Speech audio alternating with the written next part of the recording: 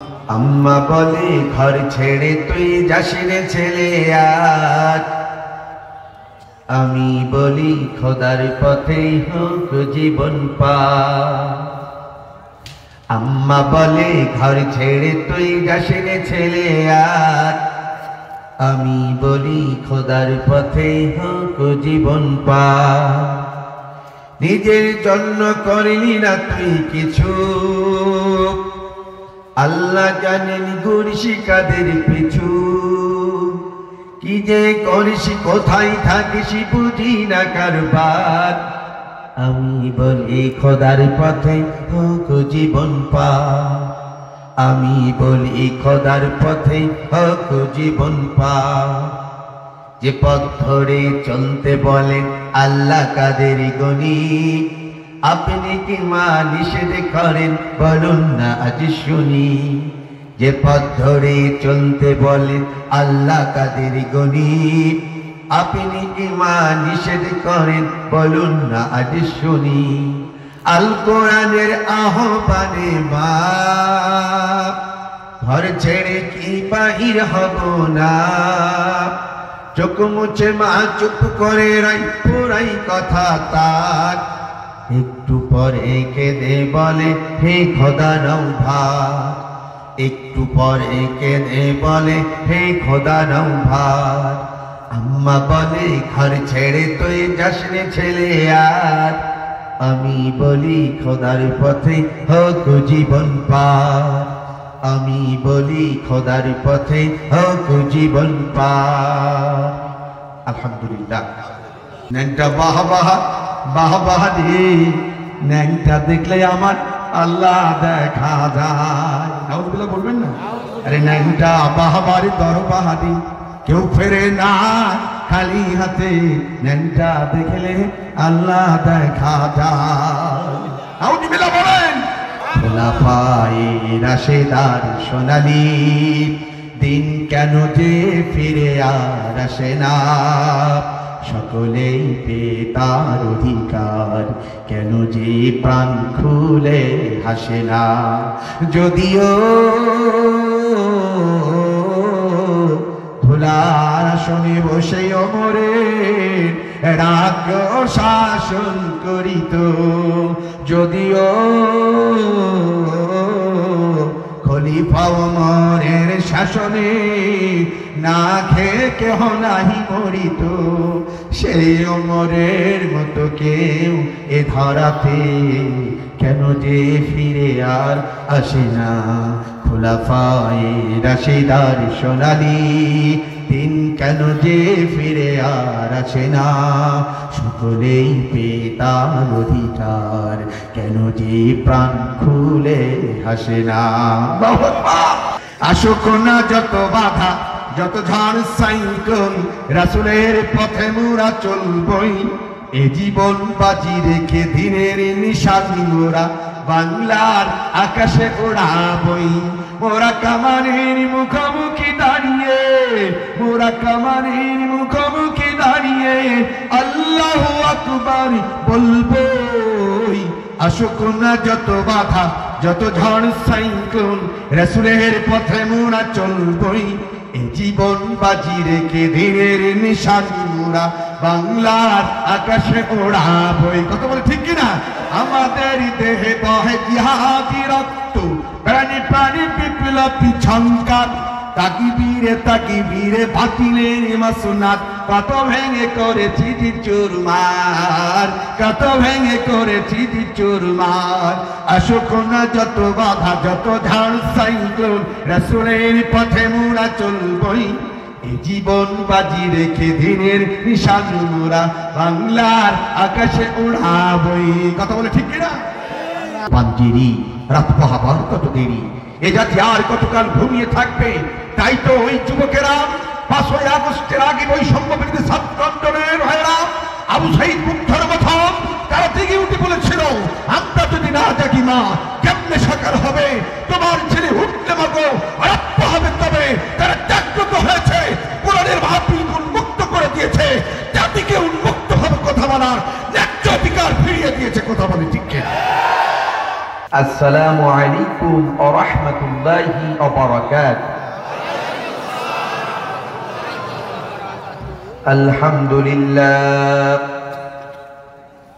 আলহামদুলিল্লাহ নাহমাদুহু ওয়া নাস্তাঈনুহু ওয়া নাস্তাগফিরুহ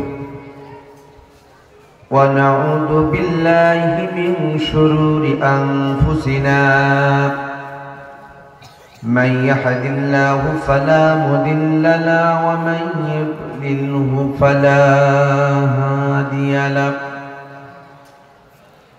ونشهد أن لا إله إلا الله وحده لا شريك له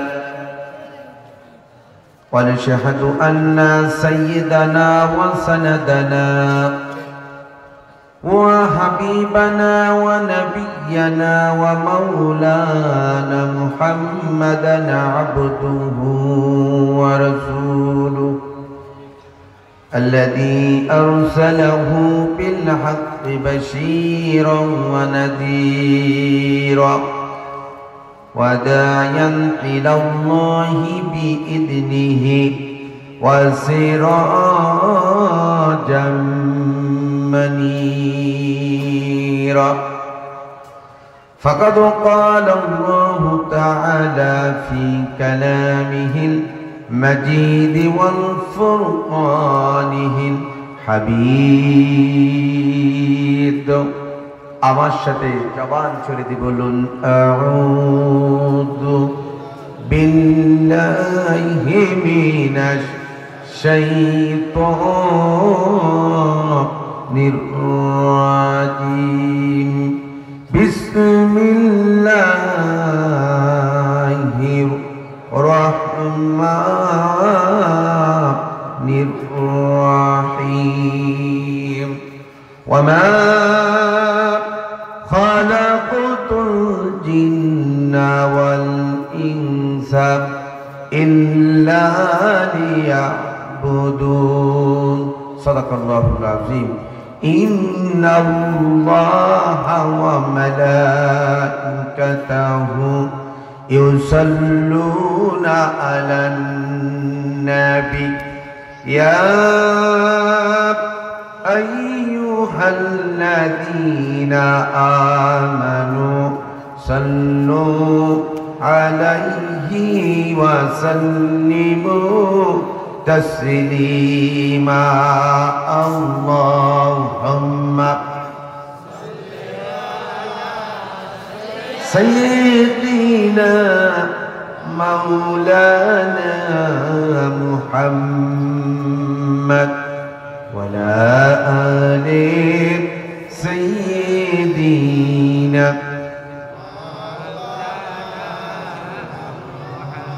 জোরে জোরে পড় দরুদ ও মুসলমান ভাই বসিয়া তোমাদের দুরুদ শুনছেন নবীজি রওজা পাকে শুইয়া আল্লাহুম্মা মুহাব্বত مولانا محمد وعلى آل سيدنا আম্মা বলে ঘর ছেড়ে তুই যাসিনে ছেলে আজ আমি বলি খোদার পথে হোক জীবন পা আম্মা বলে ঘর ছেড়ে তুই যাসিনে ছেলে আর আমি বলি খোদার পথে হোক জীবন পা নিজের জন্য করলি না তুই কিছু আল্লাহ জানেন ঘুরছি কাদের পিছু কি যে করিস কোথায় থাকিস বুঝি না কারবার আমি বলি খোদার পথে হোক জীবন পা আমি বলি খোদার পথে হোক জীবন পা যে পথ ধরে চলতে বলেন আল্লাহ কাদের গনি আপনি কি মা নিষেধ করেন বলুন না আজ শুনি যে পথ ধরে চলতে বলে আল্লাহ কাদের গণি, আপনি ঈমান নিষেধ করেন বলুন না আজ শুনি। আল কোরআনের আহ্বানে মা ঘর ছেড়ে কি বাহির হব না, চোখ মুছে মা চুপ করে রাই পুরাই কথা তার, একটু পরে কেঁদে বলে হে খোদা নাও ভার, একটু পরে কেঁদে বলে হে খোদা নাও ভার। আম্মা বলে ঘর ছেড়ে তুই যাসনে ছেলে আর, আমি বলি খোদার পথে হোক জীবন পার, আমি বলি খোদার পথে হোক জীবন পার। আলহামদুলিল্লাহ, বাংলাদেশের একটি ঐতিহ্যবাহী জেলা নাম হলো কুড়িগ্রাম। সেই জেলার মধ্যে একটি ঐতিহ্যবাহী থানা নাম হচ্ছে রাজারহাট। কৈকুড়ি জামে মসজিদের উদ্যোগে আয়োজিত আজকের এই ঐতিহাসিক তাফসীরুল কোরআন মাহফিল আলোচনা শুরু লগ্নে আমি আপনাদেরকে সর্বপ্রথম জিজ্ঞাসা করতে চাই, আপনারা কেমন আছেন? বলেন তো, ভালোবাসার বহিঃপ্রকাশ আসতে হয় না জোরে হয়? আপনারা কেমন আছেন? শুকরান। জালা পাক রব্বুল আলামিন আমাকে আপনাকে ভালোবেসে ভালো রেখে দীর্ঘ 17টি বছর পর এই জাতির শ্রেষ্ঠ সন্তানদেরকে উন্মুক্তভাবে যে রাব্বি কারীম কথা বলার সুযোগ তৈরি করে দিল, সেই সাথে যে রাব্বি কারীম আমাদেরকে আতিনেতা ফাতিনেতার অনুমতি ছাড়াই জাতির শ্রেষ্ঠ সন্তানদের কোরআনের মঞ্চে এসে তাদেরকে সাথে নিয়ে কিছু কথা শোনার পরিবেশ তৈরি করে দিল, সেই মহান মনিবের দরবারে তার দেওয়া পবিত্র জবান দিয়ে সম্মিলিত কণ্ঠে আমরা আরেকবার শুকরিয়া আদায় করি, বলি আলহামদুলিল্লাহ। লাখ কোটি দুরূদ ও সালাম জ্ঞাপন করি আমাদের সেই প্যারা নবীর প্রতি, যে নবীর আগমনের মধ্য দিয়ে গোটা পৃথিবী আলোয় আলোকিত হয়েছে, যার আগমনের মধ্য দিয়ে গোটা বিশ্বের মানুষ শান্তি বাণী খুঁজে পেয়েছে, যে নবী এই উম্মতদের জন্য তিনি সারাটা জীবন পাগল পাড়া ছিল, যে নবী পৃথিবীর মানচিত্রে সোনালী সমাজ প্রতিষ্ঠা করতে গিয়ে হাজারো নির্যাতন নিপীড়ন সহ্য করেছে, অসংখ্য নির্যাতন নিপীড়নের মধ্য দিয়ে তিনি গোটা পৃথিবীর মানুষদেরকে শান্তির বার্তা দিয়েছে। তিনি আর কেউ নয়, তিনি হলেন আমাদের নবী, আখির জামানার পয়গম্বর, সৈয়দুল মুরসালিন ও রাহমাতাল লিল আলামিন, সরকারে দো আলম জনাবে মুহাম্মদুর রাসূলুল্লাহ। সবাই বলেন সাল্লাল্লাহু, এর জোরে বলেন না কেন, সাল্লাল্লাহু আলাইহি ওয়াসাল্লাম। মাগফিরাত কামনা করি গোটা বিশ্বে ওই সকল মর্দে মুজাহিদদের জন্য, যিনারা যুগে যুগে পৃথিবীর বিভিন্ন প্রান্তে এই কোরআনের বাণী প্রচার করতে গিয়ে দাঈ আল্লাহর দায়িত্ব পালন করতে গিয়ে যিনারা নির্যাতিত হয়েছে, নিপীড়িত হয়েছে, সর্বোপরি শাহাদাতের পেয়ালা পান করেছে। আল্লাহ তাবারক ওয়া তাআলা তিনাদেরকে শহীদের উচ্চ মাকাম দান করুন। সকলে বলেন আমিন। জোরে বলেন না কেন আমিন? জোরে বলেন না কেন নারে তাকবীর। আল কোরআনের আলো। অনেকে বলছেন আরে আমার মতন মৌলবি ফাঁকি দেওয়া যাবে, আল্লাহকে দেওয়া যাবে না। বলেন না কেন আল কোরআনের আলো সংসদে জানো, আল হাদিসের আলো সংসদে জানো, নারায়ে তাকবীর। কষ্ট পেয়েছেন? একটু স্লোগানের পরিবর্তন করেছি, মন খারাপ করেছেন? দেখেন, আমি যখন আপনাদের মতো শ্রোতা ছিলাম, জাতির শ্রেষ্ঠ সন্তানেরা যখন কোরআনের কথা বলতো, আমিও আপনাদের মতন ওনাদের যখন বলতেন আল কোরআনের আলো ঘরে ঘরে জালো, আমি এই কথা বলতাম। কিন্তু স্বাধীনতার আজ 53টি বছর পার হয়ে গেল, কেন যেন এই স্লোগানটা নিয়ে আজ আমার একটু গবেষণা বেড়েছে।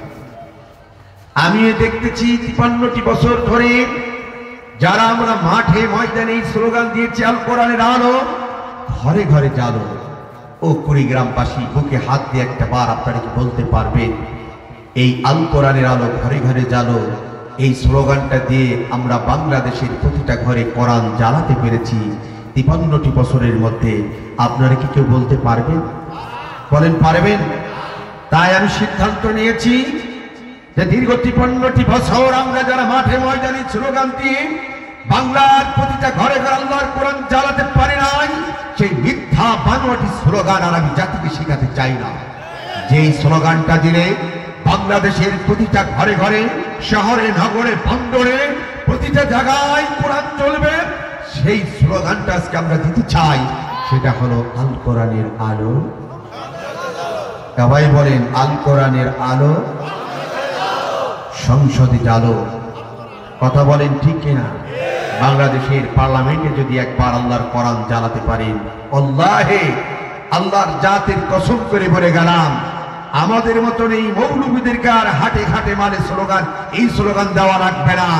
বাংলাদেশের পার্লামেন্টে কোরআন একবার জ্বালাতে পারলেই 64টা জেলার প্রতিটা জনপথে ঘরে ঘরে আল্লাহর কোরআন অটোমেটিক চলবে, কেউ ঠেকাতে পারবে না। কথা বলে ঠিক কিনা? তাহলে এই স্লোগানটা দেওয়া ভালো না খারাপ? সবাই বলেন আল কোরআনের আলো কোথায় জ্বালাবো? বলেন আল কোরআনের আলো আল্লাহ কবুল করুক। বলেন আল্লাহ। অনেকে বলতে পারেন হুজুর কি যে বলেন, কোরআন থাকবে মসজিদে, কোরআন থাকবে খানকায়, কোরআন থাকবে পীর সাহেবদের বাড়িতে, কোরআন থাকবে মাদ্রাসায়, কেন আপনার ওই জায়গায় কোরআনটাকে নিয়ে নিতে চান? জাতির প্রশ্ন জাগে কি জাগে না? কথা বলতে হবে, জাগে কিনা বলেন? হ্যাঁ, আমরা নিয়ে যেতে চাই এই জন্যই যে দেশে স্বাধীনতার 53টি বছর পর আমরা 5 বছর থেকে 70 বছরের মানুষদেরকে হাইনাদের হাতে ধর্ষিত হতে দেখেছি, কিন্তু দেখেছি তারা বুক ফুলিয়ে ঘুরে বেড়াচ্ছে। যে দেশে চুরি করে কোটি কোটি টাকা দেশের মানুষদেরকে ভিখারি বানিয়ে বিদেশি অট্টালিকার গাড়ি বাড়ি বানিয়েছে, এবং তাদেরকে আমরা বুক ফুলিয়ে ঘুরে বেড়াতে দেখেছি। যে দেশের মানুষ এখনো পর্যন্ত খাদ্য নিয়ে ডাস্টবিনের মধ্যে কুত্তার সাথে কাড়াকুড়ি করে, দেখেছে আমার বোনেরা দুটো খাবারের জন্য নিজের সতীত্ব বিকিয়ে দেয় এদেশের ধনীদের কাছে।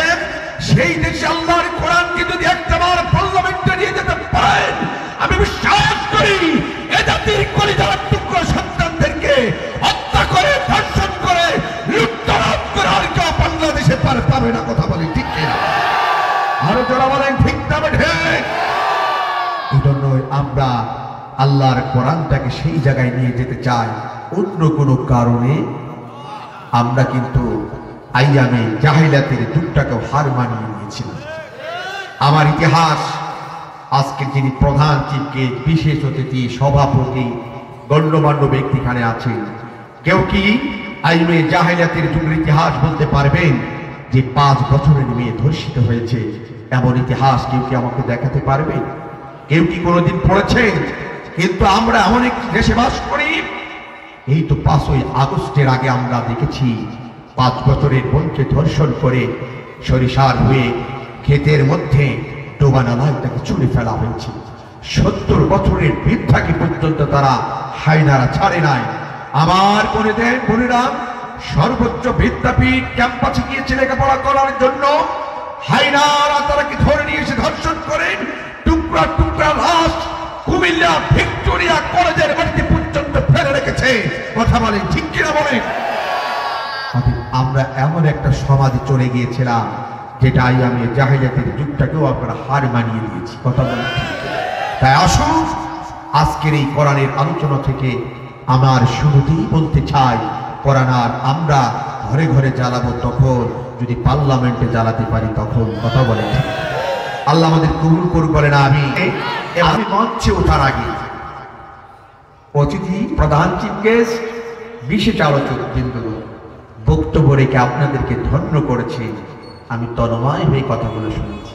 একজন লয়ার, একজন বিচারক, তার বক্তব্যের মধ্যে যে এতগুলো কোরআনের রেফারেন্স থাকতে পারে যা আমার এতদিন জানা ছিল না, এবং তিনি যখন বক্তব্য দিচ্ছিলেন প্রত্যেকটা কোটেশন তুলে দিচ্ছিলেন।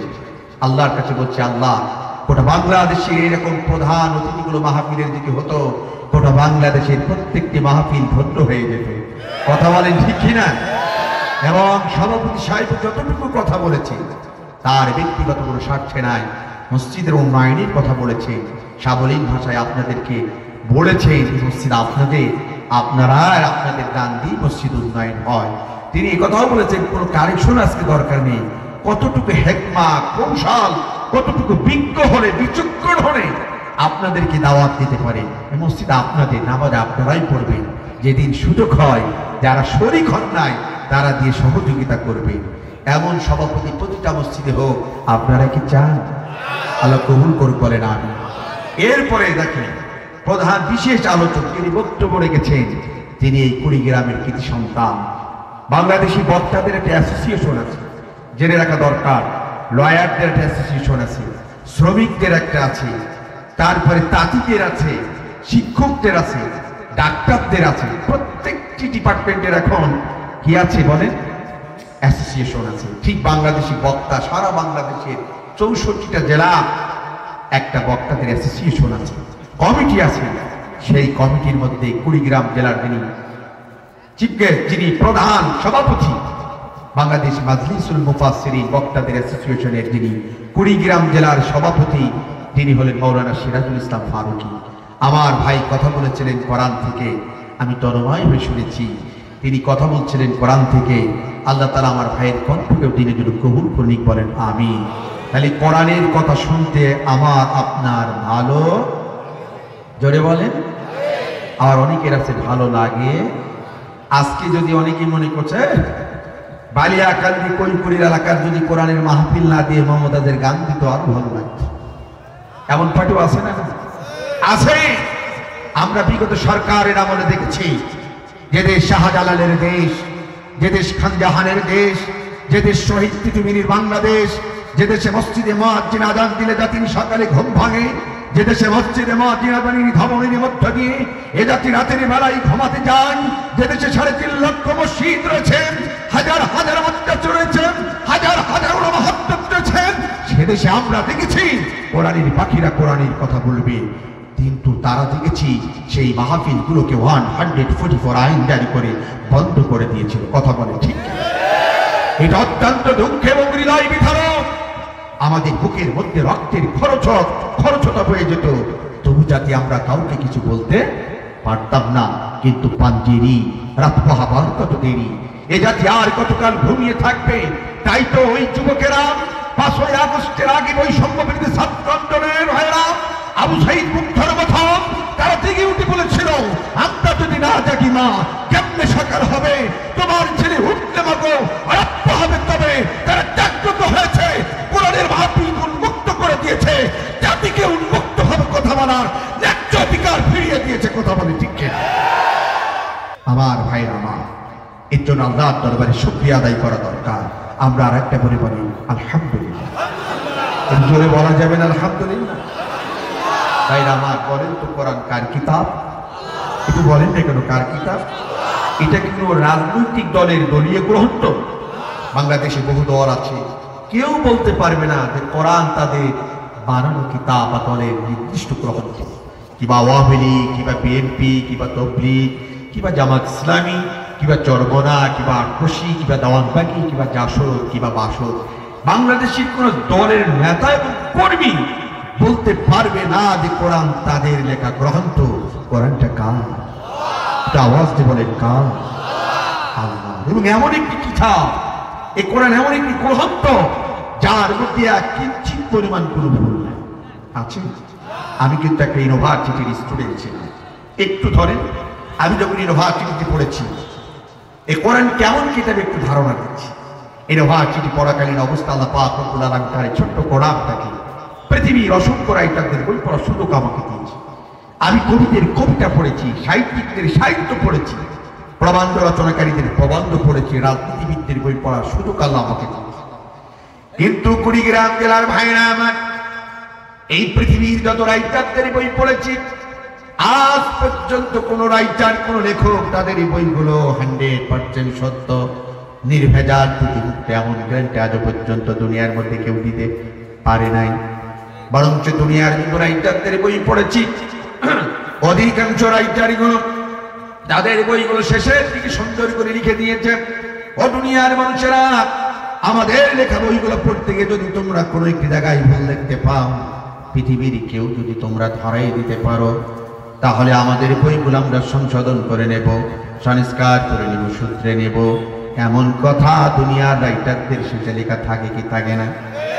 কিন্তু কুড়িগ্রাম জেলার ভাইনা আমার ওই ইউনিভার্সিটির কেন্দ্রীয় লাইব্রেরি থেকে আল্লাহ পাক রব্বুল আলামিন এই দুনিয়ার রাইটারদের বই পড়ার পাশাপাশি আরেকটি কিতাব পড়ার সৌভাগ্য প্রদান করেছেন, যার নাম হলো আল কোরআন। আমি কোরআনুল কারীমের ১ নয় ২ নয় শুরু থেকে শেষ পর্যন্ত আয়াতে কালিমাগুলো তেলাওয়াত করেছি, অর্থগুলো ধারণ করার চেষ্টা করেছি। কিন্তু আমার আল্লাহ রাব্বুল আলামিন এই দুনিয়ার রাইটার কবি সাহিত্যিক বিজ্ঞানীদের মতন তার এই কোরআনুল কারীমের কোন একটি জায়গায় বলে নাই, বান্দা আমার এই কোরআন তেলাওয়াত করতে গিয়ে যদি তোমরা কোন একটি জায়গায় ভুল দেখতে পাও, পৃথিবীর কেউ যদি তোমরা ধরাই দিতে পারো, আমি আল্লাহ আমার কোরআনটাকে সংশোধন করে নেব, সংস্কার করে নেব, সূত্রে নেব। এমন কথা কিন্তু আজ পর্যন্ত আমার আল্লাহ কোরআনে কোনো জায়গায় বলে না, বলেছে। বরঞ্চ আমার আল্লাহ জানে মানুষ বড় চালাক, যার কারণে এই কোরআনুল কারীম নাযিল করার শুরু আপনি আজ থেকে ১৪৫০ বছর আগে বড় পৃথিবীর বিজ্ঞানী কবি সাহিত্যিক রাজনীতিবিদদের জন্য তিনি ওপেন চ্যালেঞ্জ করে বললেন, যালিকাল কিতাব লা রাইবা ফি। এই কোরআন হচ্ছে সেই কিতাব, এই কোরআন হচ্ছে সেই গ্রন্থ যার শুরু থেকে শেষ পর্যন্ত কোন একটি জায়গায় এক কিঞ্চিত পরিমাণ ভুল কিয়ামত পর্যন্ত কোনো মানুষ চেষ্টা করে দেখাতে পারবে না। এটা জোরে বলা যাবে না সুবহানাল্লাহ? তাহলে সেই কিতাবের নাম কি? এটা জোরে বলে। তাহলে সেই কোরআনের আলোচনা শোনা ভালো না খারাপ? জোরে বলতে হবে, ভালো না খারাপ? বন্ধ করা আরো ভালো থাকি, হ্যাঁ ভালো না? তাহলে যারা বন্ধ করতো ওরা কি ভালো কাজ করতো না খারাপ কাজ করতো? অনেকে বলছেন না, বলছে হুজুর আমরাও তো ওই অপরাধী ছিলাম, এটা কি আর কব? খবরদার, তওবা করো, ফিরে আসি প্লিজ, ক্ষমার দরজা এখন আল্লাহ তাআলার কিছু মুক্ত আছে। ব্যক্তিগতভাবে কারোর প্রতি আক্রোশ, কাউকে যদি কষ্ট দিয়ে থাকি, রাতের আধারে চলে যায়, মিস্টেকটা হাসি দিয়ে বলেন, ভাই গো ভুল করেছিলাম, তুমি আমাকে মাফ করে দাও, আমিও আল্লাহর কাছে তওবা করছি। দেখবেন আল্লাহ পাক রব্বুল আলামিন তওবা করার কারণে, ক্ষমা চাওয়ার কারণে আমার আপনার সম্মান বাড়িয়ে দেবে। কথা বলেন ঠিক কিনা? কি আল্লাহ সম্মান বাড়িয়ে দেবে কি দেবে না? দুনিয়াতেও সম্মানিত হবে, আখিরাতেও আল্লাহ তাআলা আপনাদের সম্মানিত করবে। আর যদি স্বৈরাচারদের মধ্যে অহংকার করে গাম্ভীর্যতা করে বলেন দেখা হবে, এই হবে, ওই হবে, হুমকি ধামকি দিয়ে থাকেন, মনে রাখবেন দুনিয়াতেও লাঞ্ছিত হবে এবং পরকালও কি হবে? কথা বলেন না কেন? লাঞ্ছিত হবে। ভাইরা আমার, তাহলে এতটুকু জানলাম, কোরআন আল্লাহ তাআলার কিতাব, এটা পৃথিবীর কোনো দলের দলীয় গ্রন্থ নয় এবং যেন কিতাব নয়, এমন একটি কিতাব যার মধ্যে এক কিঞ্চিত পরিমাণ ভুল কিয়ামত পর্যন্ত কোনো মানুষ দেখাতে পারবে। সেই কিতাবের আলোচনা আমরা শুনবো ইনশাআল্লাহ, জীবনে আর কোনোদিন বাধা দেব। কিন্তু কয়েকদিন আগে এমন একটা সিচুয়েশন তৈরি হলো, মাহফিল দিতে গেলেই দেখা যায় বক্তারাও থাকে টেনশন, কমিটি তো কত ফেরাই থাকে। আজকের এই মাহফিলটা যদি 5ই আগস্টের আগে হতো, দেখতেন আতি নেতা পাতি নেতা কত নেতার কাছে ধর্ণা ধরা লাগতো।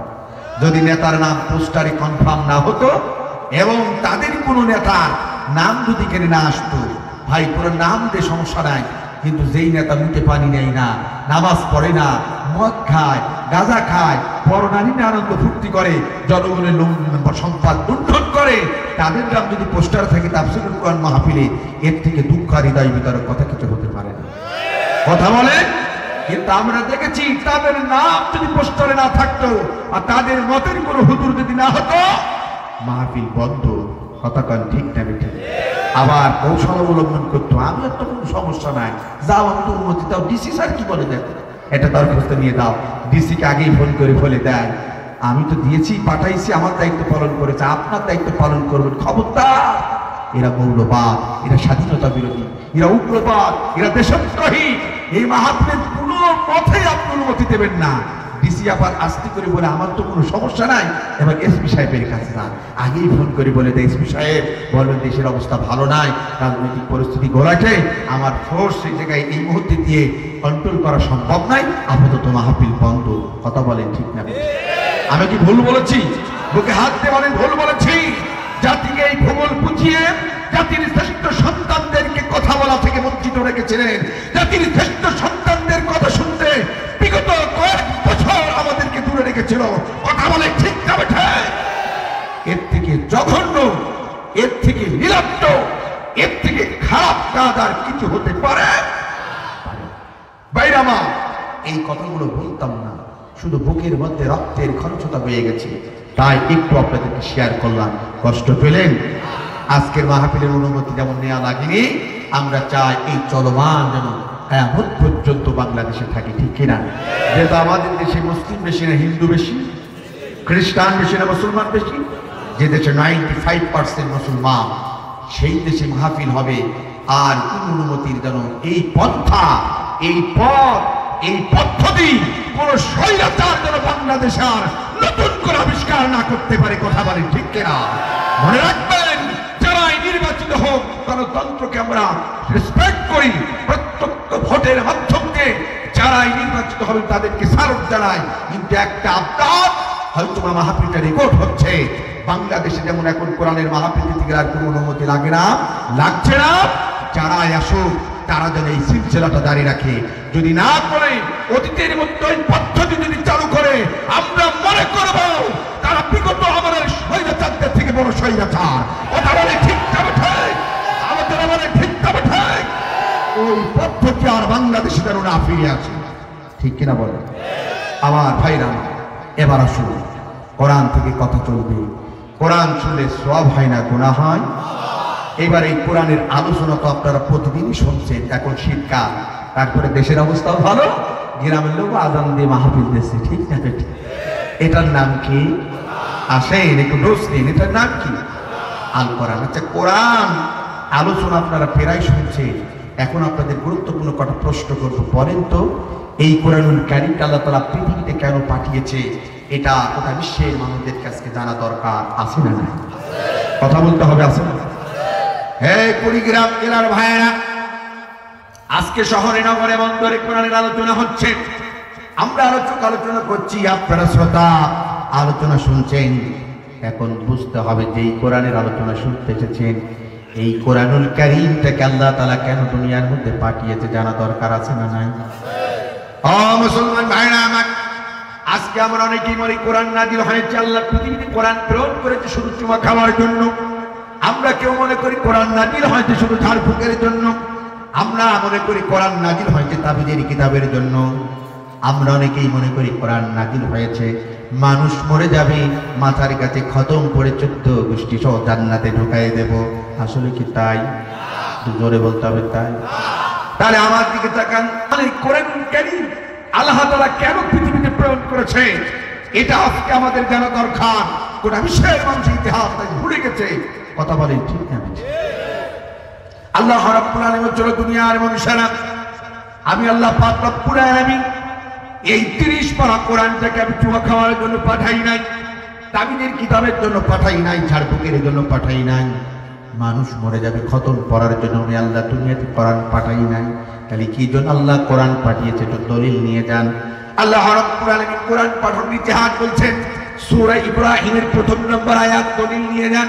সূরাতুল ইব্রাহিম 1 নম্বর আয়াতের মধ্যে আল্লাহ তাআলা বলছেন, ও দুনিয়ার মানুষেরা, আমি আল্লাহ পাক রব্বুল আলামিন এই 30 পারা কোরআনটাকে দুনিয়ার মধ্যে প্রেরণ করেছি মিনাজ যুলুমাতি ইলান নূর, অন্ধকার থেকে জাহিলিয়াতের পথ থেকে মানুষদেরকে মুক্তি দেওয়ার জন্য। সুবহানাল্লাহ। মিনাজ যুলুমাতি ইলান নূর, অন্ধকার থেকে জাহিলিয়াতের পথ থেকে মানুষদেরকে মুক্তি দেওয়ার জন্য। আজ থেকে 1450 বছর আগে আমার আল্লাহ রাব্বুল আলামিন এই কোরআন নামক কিতাবকে দুনিয়ার মধ্যে প্রেরণ করেছে। বলেন না কেন সুবহানাল্লাহ? এখন অনেকে প্রশ্ন আসতে পারে, হুজুর সেই অন্ধকারের পথগুলোকে একটু বলে দিলে ভালো হয়, জানা দরকার, আছে না? নাই? আমরা জানি অন্ধকারের পথ হচ্ছে শিরকিয়াতের পথ। কিসের পথ? বাংলাদেশে কয়েকদিন আগে এমন শিরিক শুরু হয়ে গেল যে মসজিদের মধ্যেও 2টা ছবি না টাঙালে মসজিদের ইমামতি সভাপতি চাকরি থাকবে না।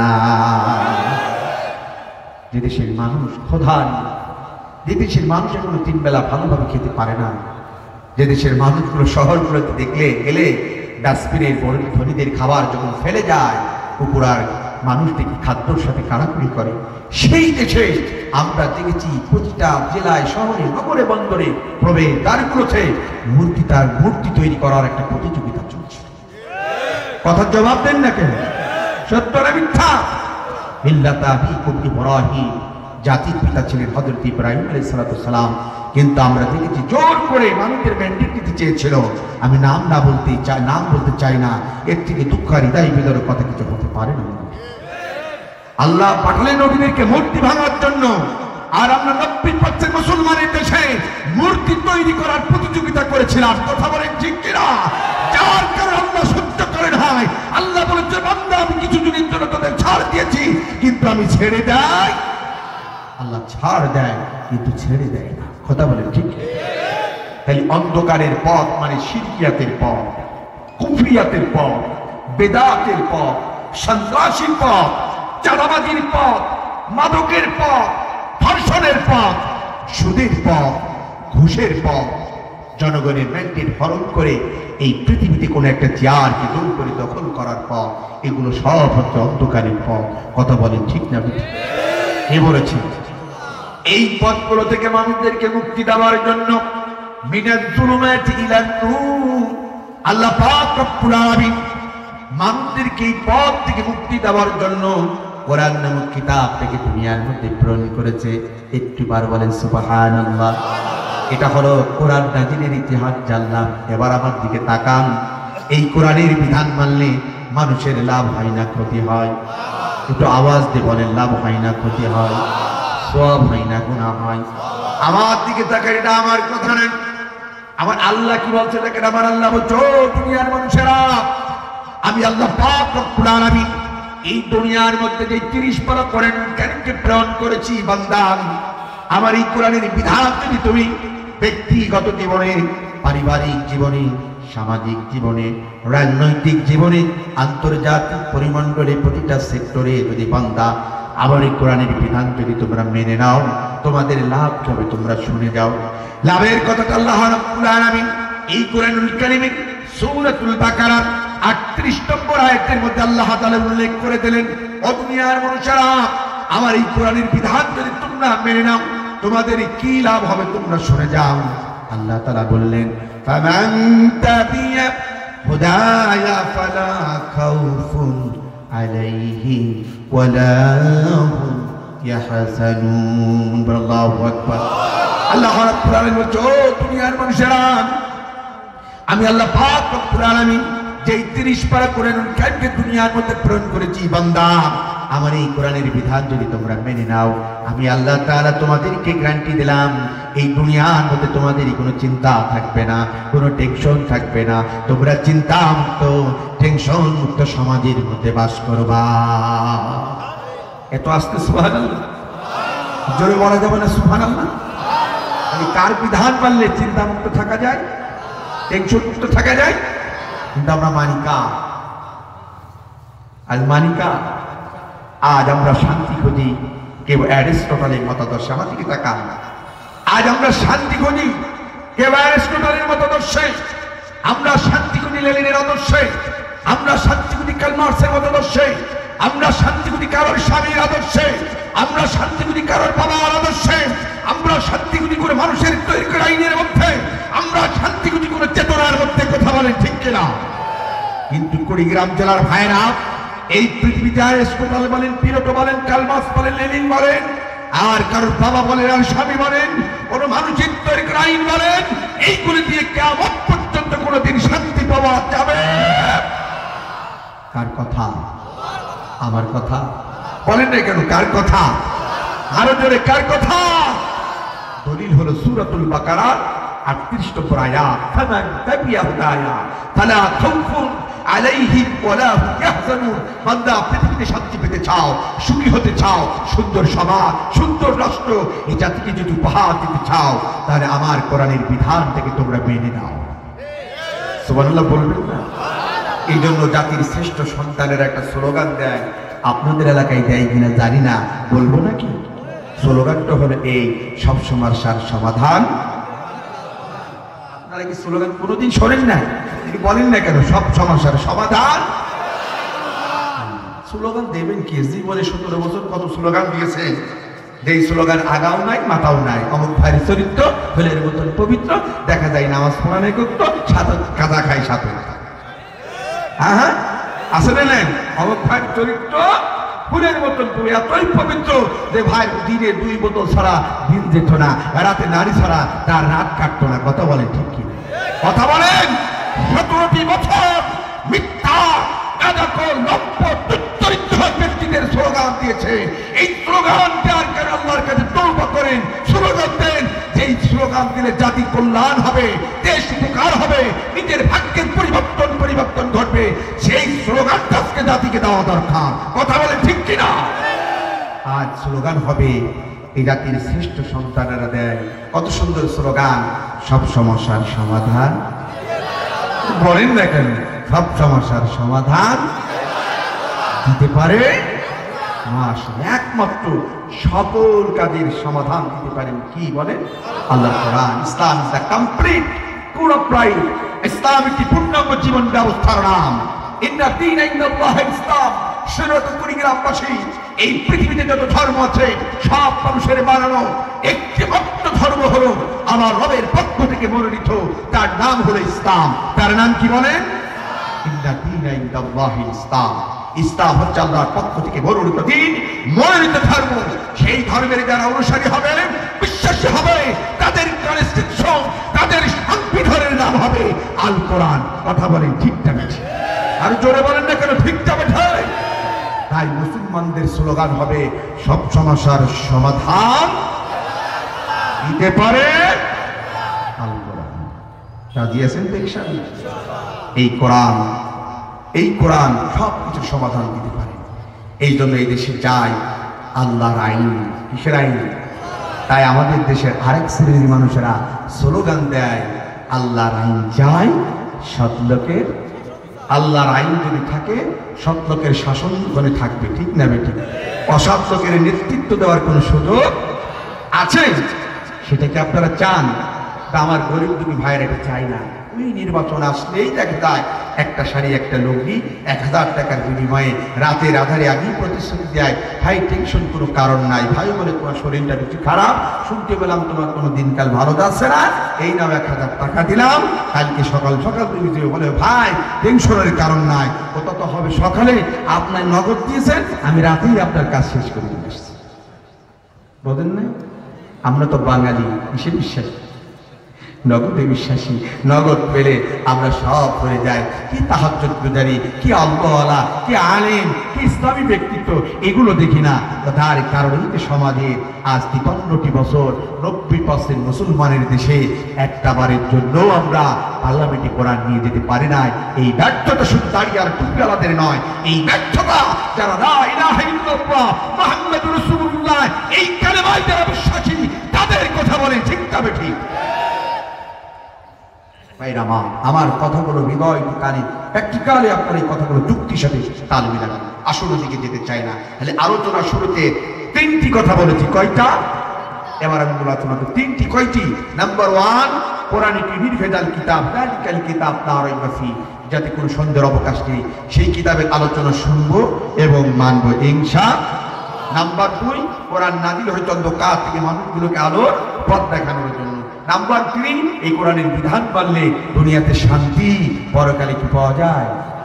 নাজাত পাওয়া যায়। এতটুকু কি ক্লিয়ার বোঝা যান? আমি এলেমেলে বক্তব্য দেবো না, ওইরকম হুজুরও নাই। এখান থেকে একটুখানি একটু শেষ করবো। এবার আসলে সাবজেক্টের দিকে তাকান।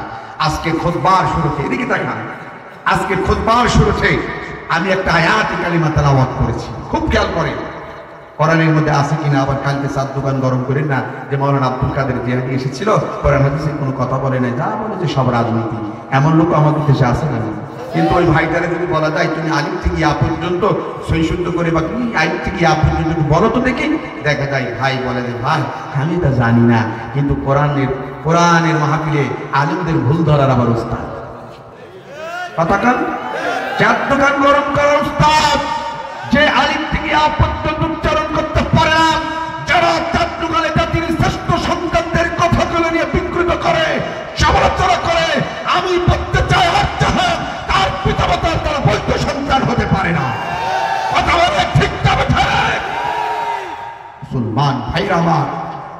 যোগ্য বাপের যোগ্য সন্তান হও, তুমি প্রয়োজন হলে কোরআন হাদিসের রেফারেন্স দিয়ে জাতিকে চার দোকানে তুমি সমালোচনা করো, আমার কোনো আপত্তি নাই। কিন্তু তুমি নিজে কোরআন পড়ো না, কোরআন জানো না, কোরআন বোঝো না।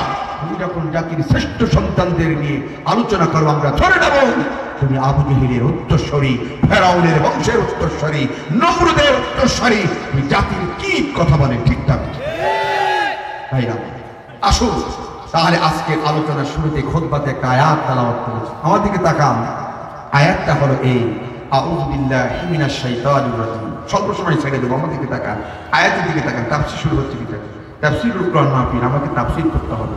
এতটুকু একটু বন্ধন, কোরআন কেন পাঠিয়েছে, কেন শুনবো, মানলে কি হবে, জাস্ট একটু ধারণা দিলাম।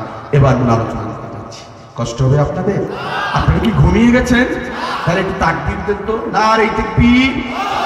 না অনেক কথা বলছেন না, রাগ করেছেন, একটু জোরে বলেন তো, নারে তাকবীর। দেখতে পাচ্ছি, শোনেন, মৌলবীদের ফাঁকি দেওয়া যাবে, আল্লাহকে ফাঁকি দেওয়া যাবে? আল্লাহর কসম করে বললাম, এই দেশে আর নবী আসবে না যে নবী বিদায় হজের সময় বলেছিলেন, ইয়া আইয়ুহাল হাদিরুন, হে উপস্থিত তাওহীদি জনতা, আনা খাতামান নাবিয়্যিন, আমি তোমাদের শেষ নবী, লা নবিয়্যা বাদি, আমার পরে পৃথিবীতে কোনো নবী রাসূল আইবে না, কিন্তু ইন্নাল উলামা ওয়ারাসাতুল আম্বিয়া, আমি নবীর ইন্তেকালের পরে আগামী দিনে জাতির রাহবার, জাতির পথপ্রদর্শক, জাতির গাইডলাইন যারা দেবে তারা আর কেউ নয়, তারা হলো জাতির শ্রেষ্ঠ সন্তান উলামা হযরত। কথা বলে ঠিক না ওঠে?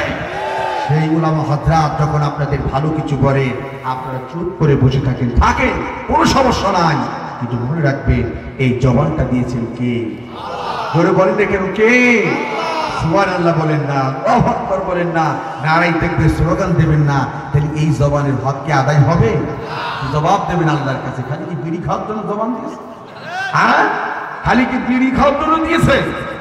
তাহলে আকাশ বাতাস মুখরুতি করে বলেন, নারায়ে তাকবীর, নারায়ে তাকবীর, আল কোরআনের আলো, আল হাদিসের আলো, নারায়ে তাকবীর। মাশাআল্লাহ। মাঝে মাঝে একটু এই তাকবীর না দিলে অনেকে ঘুমিয়ে যায়। আমি কিছুদিন ক্লাস নিয়েছি তো, আমি একটা টিচার ছিলাম একটা প্রতিষ্ঠানে, এই জন্য আমার ছাত্র যখন ক্লাসে আসতো, যদি ওরা ঘুমাতো, আনমনা থাকতো, সেদিন আমার ক্লাস নিতে ভালো লাগতো না। মনে হয় যখন প্রাণবন্তকার ছাত্রগুলো চেতক পাখির মতো চেয়ে চেয়ে কথাগুলো শুনছে, মনের আবেগ অনুভূতি দিয়ে ক্লাস নিতেও ভালো লাগতো। এখন আপনারা যদি সব ঘুমিয়ে যান, আমার ওই ক্লাস নিয়ে আমার দ্বারা সম্ভব? তাহলে জেগে আছেন তো? আর কোরআন নাযিল হয়েছে জীবন্ত মানুষের জন্য, ঘুমন্ত জাতির জন্য নয়। কথা কান ঠিক যাবে? ঠিক। এবার আসুন, আমার আলোচনার সাবজেক্ট, এদিকে তাকান, রেকর্ড করতে পারেন, লিখে রাখতে পারেন। আমার আজকের আলোচনার সাবজেক্ট মহাগ্রন্থ কোরআনুল কারীমের সূরা আয-যারিয়াতের ৫৬ নম্বর আয়াত। এটা খুতবার শুরুতে বলেছি। কত নম্বর আয়াত? ৫৬ নম্বর আয়াত। তো বলেন না কেন কত নম্বর আয়াত? কোন সূরা? সূরা আয-যারিয়াতের ৫৬ নম্বর আয়াত। আয়াতটা হলো এই, এদিকে তাকান। আউযু বিল্লাহি মিনাশ শাইতানির রাজীম, বিসমিল্লাহির রহমানির রহিম, ওয়ামা খালাকতুল জিন্না ওয়াল ইনসা ইল্লা লিয়াবুদুন। সাদাকাল্লাহুল আযীম। আল্লাহ তাআলা বলছেন, বিতাড়িত মরকুব শয়তান থেকে আমরা পানা চাচ্ছি কার কাছে বলেন? বিসমিল্লাহির রহমানির রহিম, পরম করুণাময় অত্যন্ত দয়ালু মহান আল্লাহর নামে শুরু করছি। আমরা কোনো কাজ শুরু করবো কার নামে? একটু বলেন না কেন কার নামে? বউ পিটাবো কার নামে? তাও কাই আল্লাহ। তুই তো বিয়েই করিস নি বেটা। হ্যাঁ, আমাদের দেশে আছে, কি আছে, বউ পিটানোর রোগ আছে। মেয়েদেরকে ভালোবাসবেন, নারী জাতিদেরকে যত আপনি বাঁকা চোখে তাকাবেন, আওয়াজই কথা বলবেন, যেহেতু আল্লাহ তাআলা ওদেরকে বাঁকা হাড় দিয়ে তৈরি করেছে। ভালোবাসা দেবেন, সোহাগ দেবেন, ভালোবাসলে ভালোবাসা পাওয়া যায়। কিন্তু আমাদের সমাজে এত মনে ধরা জাতি এতটাই নোংরা, স্ত্রীদের সাথে এত নোংরা আচরণ করে, নোংরা শব্দ ব্যবহার করে, যার কারণে কিন্তু সংসারে রাহমাত আর বরকত থাকে না। নবীদের যুবতীদের জীবনী পড়বেন, মেয়েদেরকেও বলবো নবীজির স্ত্রীদের জীবনের দিকে পড়বেন, পড়াগুলো পড়াশোনা করবেন, গবেষণা করবেন, দেখবেন আপনার সংসারে কোনোদিন স্বামীর সাথে উঁচু বাক্য হবে না, নোংরা শব্দ আমার আপনার জবানে আসবে না। কিন্তু আমরা বাড়িতে ঢুকে যাকে কুত্তার বাচ্চা, অমুকের বাচ্চা, তমুকের বাচ্চা করে গালি দিই, সেই সংসারে কি শান্তি আসতে পারে? তোরে বলেন পারে? আল্লাহ তাআলা আমাদের সকলকে যে কোনো কাজ আমরা সকলেই নারীদেরকে সম্মান এবং নারীদেরকে বলে স্বামীদেরকে সম্মান দিয়ে দুনিয়ার মধ্যে চলা তৌফিক দান করে বলেন আমিন। তাহলে কোনো কাজ শুরু করবো কার নামে? আল্লাহ তাআলা। ওমা খালাকতুল জিন্না, এদিকে তাকান, ওমা খালাকতুল জিন্না ওয়াল ইনসা ইল্লা লিয়াবুদুন। আল্লাহ তাআলা বলছেন, এদিকে তাকান, আল্লাহ তাআলা বলছেন আমি এই দুনিয়াতে, আমি এই পৃথিবীতে দুইটা জাতি, দুইটা সম্প্রদায়, দুইটা গোত্রকে সিলেক্টেড করেছি, নির্বাচিত করেছি, মনোনীত করেছি শুধুমাত্র, কেবলমাত্র, একমাত্র আমি রবের ইবাদত, আমি রবের বন্দেগী, আমি রবের পাইবি করার জন্য। এটা জোরে বলা যাবে না সুবহানাল্লাহ? সুবহানাল্লাহ। তাহলে এই আয়াতের মধ্যে আমরা পালাম। আল্লাহ বলছেন আমি এই পৃথিবীতে কয়টা জাতি? দুইটা জাতিকে পাঠিয়েছি, লিল্লাহি রাব্বিল আলামিন, একমাত্র আমি রবের ইবাদত, আমি রবের বন্দেগী, আমি রবের পাইবি করার জন্য। বলেন সুবহানাল্লাহ। সেই দুইটা জাতি কারা জানা দরকার আছে না? কোরআনের ভাষায় আমরা যারা কোরআন পড়ি, কোরআন বুঝি, কোরআন জানি, আমরা আগে উত্তর পেয়ে গেছি। সেই দুইটা জাতি হলো একটা জিন আর একটা কি? কোরআন হাদিস পড়বেন। আমরা তো কোরআন হাদিস পড়তে চাই না। শোনেন, আমার দিকে তাকান, কোরআন হাদিস যত পড়বেন তত জ্যোতি খুলে যাবে, জ্ঞানের পরিধি বৃদ্ধি পাবে, হালাল হারাম সম্পর্কে আপনি ভালোভাবে জানতে পারবেন, দ্বীনের উপরে ইস্তেকামত থাকতে পারবেন। পড়াশোনা করবেন তো ইনশাআল্লাহ। বিগত সরকারের আমলে কোরআন হাদিস রাখাও ছিল রিস্ক। আমি বিয়ে করেছি কুষ্টিয়ায়, শোনেন একটা গল্প বলে এরপরে আমি মূল আলোচনা। আমি বিয়ে করেছি একেবারে বাংলাদেশের তৃতীয় ব্যক্তি, তার নাম হচ্ছে মাহবুব হানিফ সাহেব, আওয়ামী লীগ যুগ্ম সম্পাদক ছিল। ওনার বাড়ি 3 বাড়ি পরে। তা আমি শ্বশুর বাড়ি এসে কিছু বই টই নিয়ে এসেছিলাম। তা আমার শাশুড়ি, আমার শ্বশুর বাড়ির লোকজন বলছে, বাবা তুই তো এমনি সবাই জানে আমার সাথে আমার মেয়ের বিয়ে দেওয়ার পর থেকে এই পাড়ার লোক সব জানে তুমি হচ্ছে শিবিরের ক্যাডার। শিবিরের কি?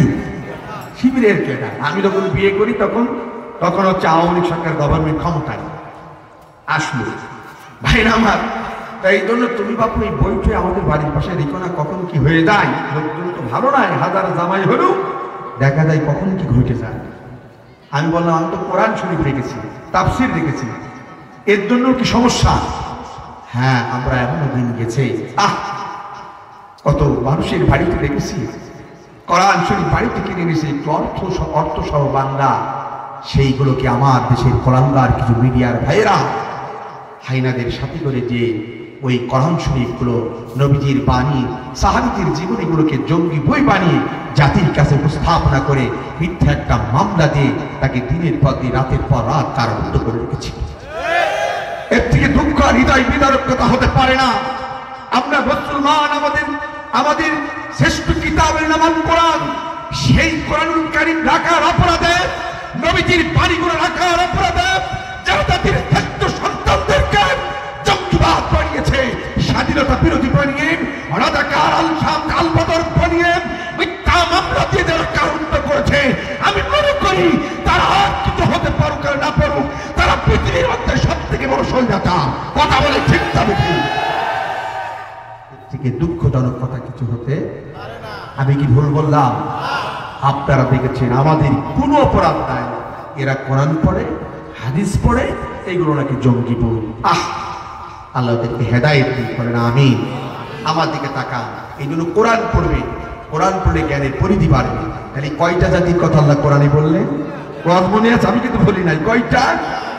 একটা হলো ইনসান আর একটা হচ্ছে মানুষ, এই জিন। তাহলে কয়টার কথা বললাম? ইনসান মানে আমরা, জিন মানে জিন একটা জাতি আছে, এটা বিশ্বাস করবে। কোরআনুল কারীমের মধ্যে আল্লাহ তাআলা জিনের কথা বলেছেন, লম্বা ইতিহাস ওদিকে যেতে চাই না। তাহলে জিন আর ইনসান এদেরকে আল্লাহ পাঠাইছেন, খাওয়াও ভর্তি করো, তুমি একটা মস্ত বড় এর জন্য নয়, আল্লাহ পাঠিয়েছে কিসের জন্য? লিল্লাহি রাব্বিল আলামিন, একমাত্র রবের ইবাদত বন্দেগী পাইরবি করার জন্য। বলে সুবহানাল্লাহ। এবার আমার দিকে তাকান, যুক্তি নিয়ে যান, আলোচনা তো হবে। আল্লাহর ইবাদত কেন করব তার তো একটা যুক্তি থাকা দরকার, আছে না? না, আমি নগদে যুক্তি দিতে চাই। কিন্তু আগেই বলেছি বাঙালি এরা কিসে বিশ্বাসী? নগদে বিশ্বাসী। তাই আমি নগদ উদাহরণ দিতেও পছন্দ করি। আমার দিকে তাকান, এই যে লাইট জ্বলছে নগদ উদাহরণ, বলেন তো লাইটটা তৈরি করেছেন কে? কেউ কে বলতে পারবেন? একজন মানুষ। তিনি একজন বিজ্ঞানী। এই বিজ্ঞানী যিনি লাইট আবিষ্কারক, তার থিওরি ছিল অন্ধকারকে আলোকিত করা। কথা বলেন ঠিক কি? এই যে মাউথ স্পিকারে কথা বলছি, যিনি মাউথ স্পিকার তৈরি করেছেন তিনি কিন্তু একজন মানুষ, যিনি একজন বিজ্ঞানী, যার মেধা দিয়েছেন আমার আল্লাহ। কুড়িগ্রাম জেলার ভাইয়েরা কানটা খাড়া করে শুনে যাও, আগামীতে দেখা হবে কিনা জানি না। এই মাউথ স্পিকার যিনি তৈরি করেছেন, এই বিজ্ঞানীর উদ্দেশ্য ছিল আস্তে কথা বলবে, সাউন্ডটাকে অনেক দূরে ছড়িয়ে দেবে। কথা বলেন ঠিক কিনা? তার দুনিয়ার একজন মানুষের তৈরি করা, যিনি শারীরিক লক্ষ্য এবং উদ্দেশ্য থাকতে পারে, যিনি আমাদের রব, যিনি আমাদের খালেক, যিনি আমাদের মালিক, যিনি আমাদেরকে এত সুন্দর হাত দিয়েছে যা পৃথিবীর কোনো ডাক্তার দিতে পারবে না, যিনি আমাদেরকে এত সুন্দর পা দিয়েছে যা পৃথিবীর ইঞ্জিনিয়ার দিতে পারবে না, যিনি আমাদেরকে এত সুন্দর চোখ দিয়েছে যা পৃথিবীর কোনো নেতা নেত্রী দিতে পারবে না। শুধু তাই নয়, এই পৃথিবীর মধ্যে যত মাখলুকাত আছে, সমস্ত মাখলুকাতের মধ্যে সৃষ্টির সেরা জীব হিসাবে যে রব্বে কারীম আমাকে আপনাকে দুনিয়ার মধ্যে পাঠালেন, সে আল্লাহ তাআলার এই দুনিয়ার মধ্যে পাঠানোর মধ্যে কোনো উদ্দেশ্য থাকতে পারে কি পারে না? এটা জোর বলেন, পারে কি পারে না? নিশ্চয় থাকতে পারে মুসলমান। আমার আল্লাহর উদ্দেশ্য একটাই, ওয়ামা খালাকুতুল জিন্না ওয়াল ইনসা ইল্লা লিয়াবুদুন। আমার আল্লাহর উদ্দেশ্য একটাই, তার বান্দা তার বান্দি তার ইবাদত করবে, তার বন্দেগী করবে, আর এর বিনিময়ে আল্লাহ তাদেরকে জান্নাত দান করবে। বলেন না কেন সুবহানাল্লাহ?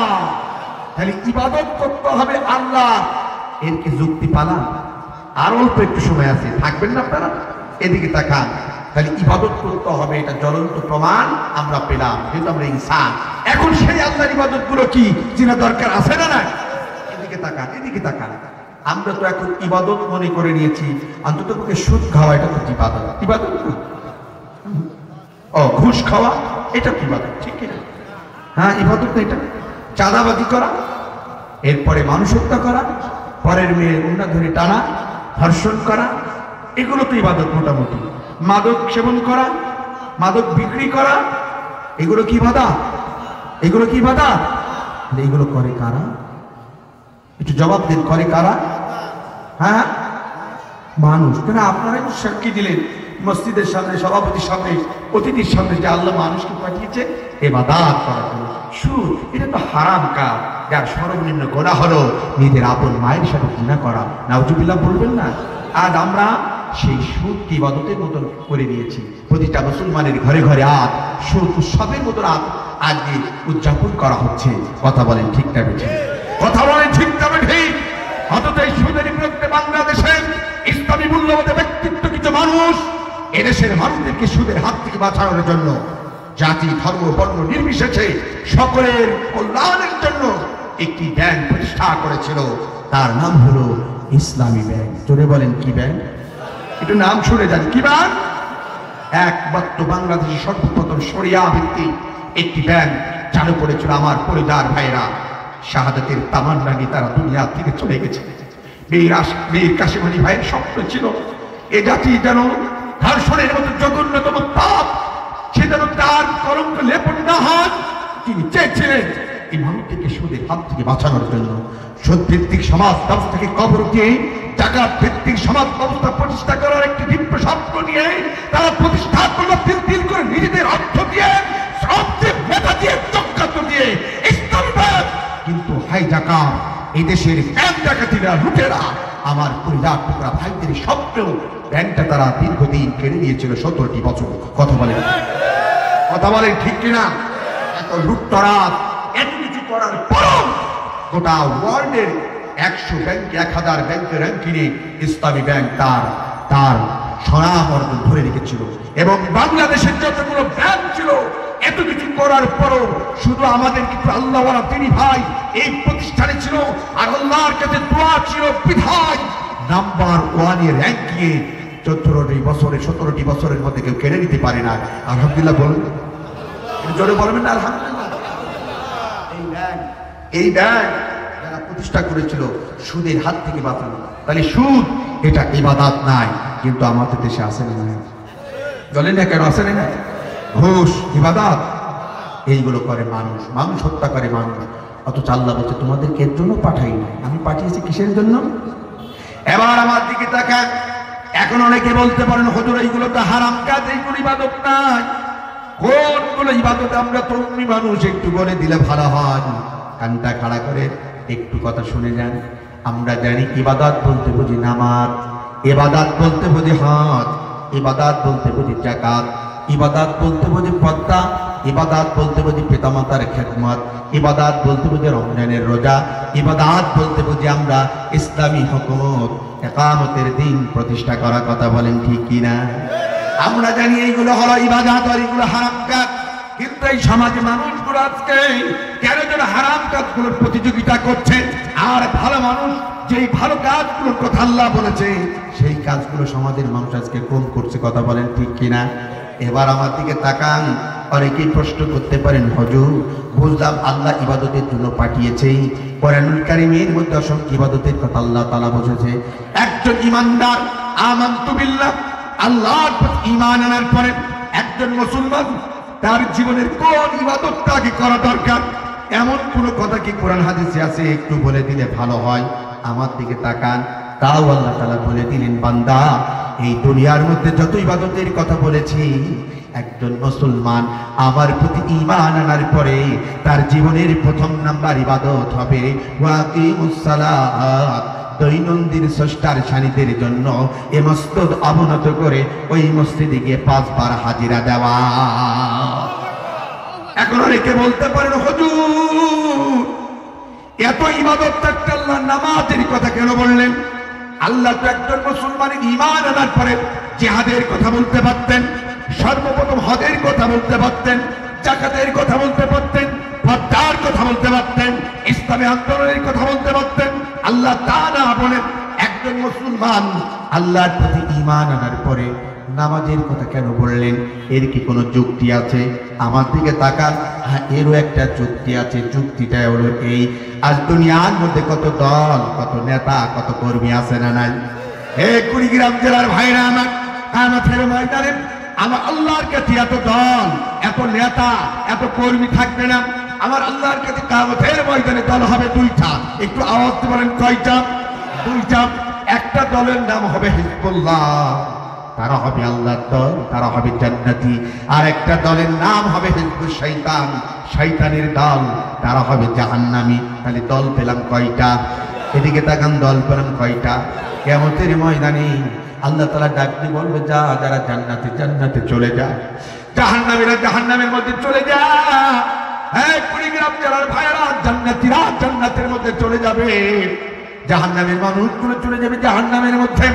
এবার জান্নাতি মানুষগুলো কোন একটা রব্বি কারীমের কাছে দরখাস্ত করে বলবে, আল্লাহ জীবনে যা কল্পনা করি নাই তাই তুমি আমাদেরকে জান্নাতের মধ্যে দিয়েছো। ও রব্বুল আলামিন, আজকে তোমার কাছে একটিমাত্র ফরিয়াদ, তোমার কাছে একটিমাত্র চাওয়া, জীবনে একটিবারের জন্য হলো তুমি আমাদেরকে জাহান্নামটা দেখাও। জান্নাতি মানুষগুলো যখন রব্বি কারীমের কাছে এই দরখাস্ত করবে, আল্লাহ রাব্বুল আলামিন কোন একটা দিন জান্নাতি মানুষগুলোকে ডাকতে বলবে, ও আমার ফার্স্ট ক্লাস নাগরিক, দুনিয়ার মধ্যে ভালো কাজ করার কারণে আমি রব তোদেরকে জান্নাত দিয়েছি, আর জাহান্নামটা দেখতে চাস, যা যা আমি রব তোদেরকে জাহান্নামটা দেখার অনুমতি দিয়ে দিলাম। কুড়িগ্রাম জেলার ভাইরা আমার, জান্নাতি মানুষগুলো আল্লাহর অনুমতি প্রাপ্ত হওয়ার পরে এবার জাহান্নামীদের দেখার জন্য রওনা হবে।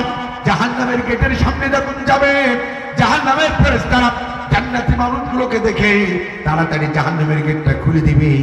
এবার জান্নাতি মানুষগুলো তাকিয়ে দেখবে ওই জাহান্নামের মধ্যে অসংখ্য তরুণ আর তরুণী, যুবক আর যুবতী মাথা নিচু করে চোখের পানি ছেড়ে দিয়ে কাঁদছে। জান্নাতি মানুষগুলো জিজ্ঞাসা করবো, ভাই ও বোন, তোমাদের তো দেখে মনে হয় না তোমাদের শরীরের মধ্যে কোনো রোগ শোক আছে? তোমাদের এত সুন্দর বডি, এত সুন্দর ফিটনেস, এত সুন্দর চেহারা থাকার পরেও আল্লাহ কেন তোমাদেরকে নিকৃষ্ট স্থান জাহান্নামের মধ্যে নিক্ষেপ করেছে?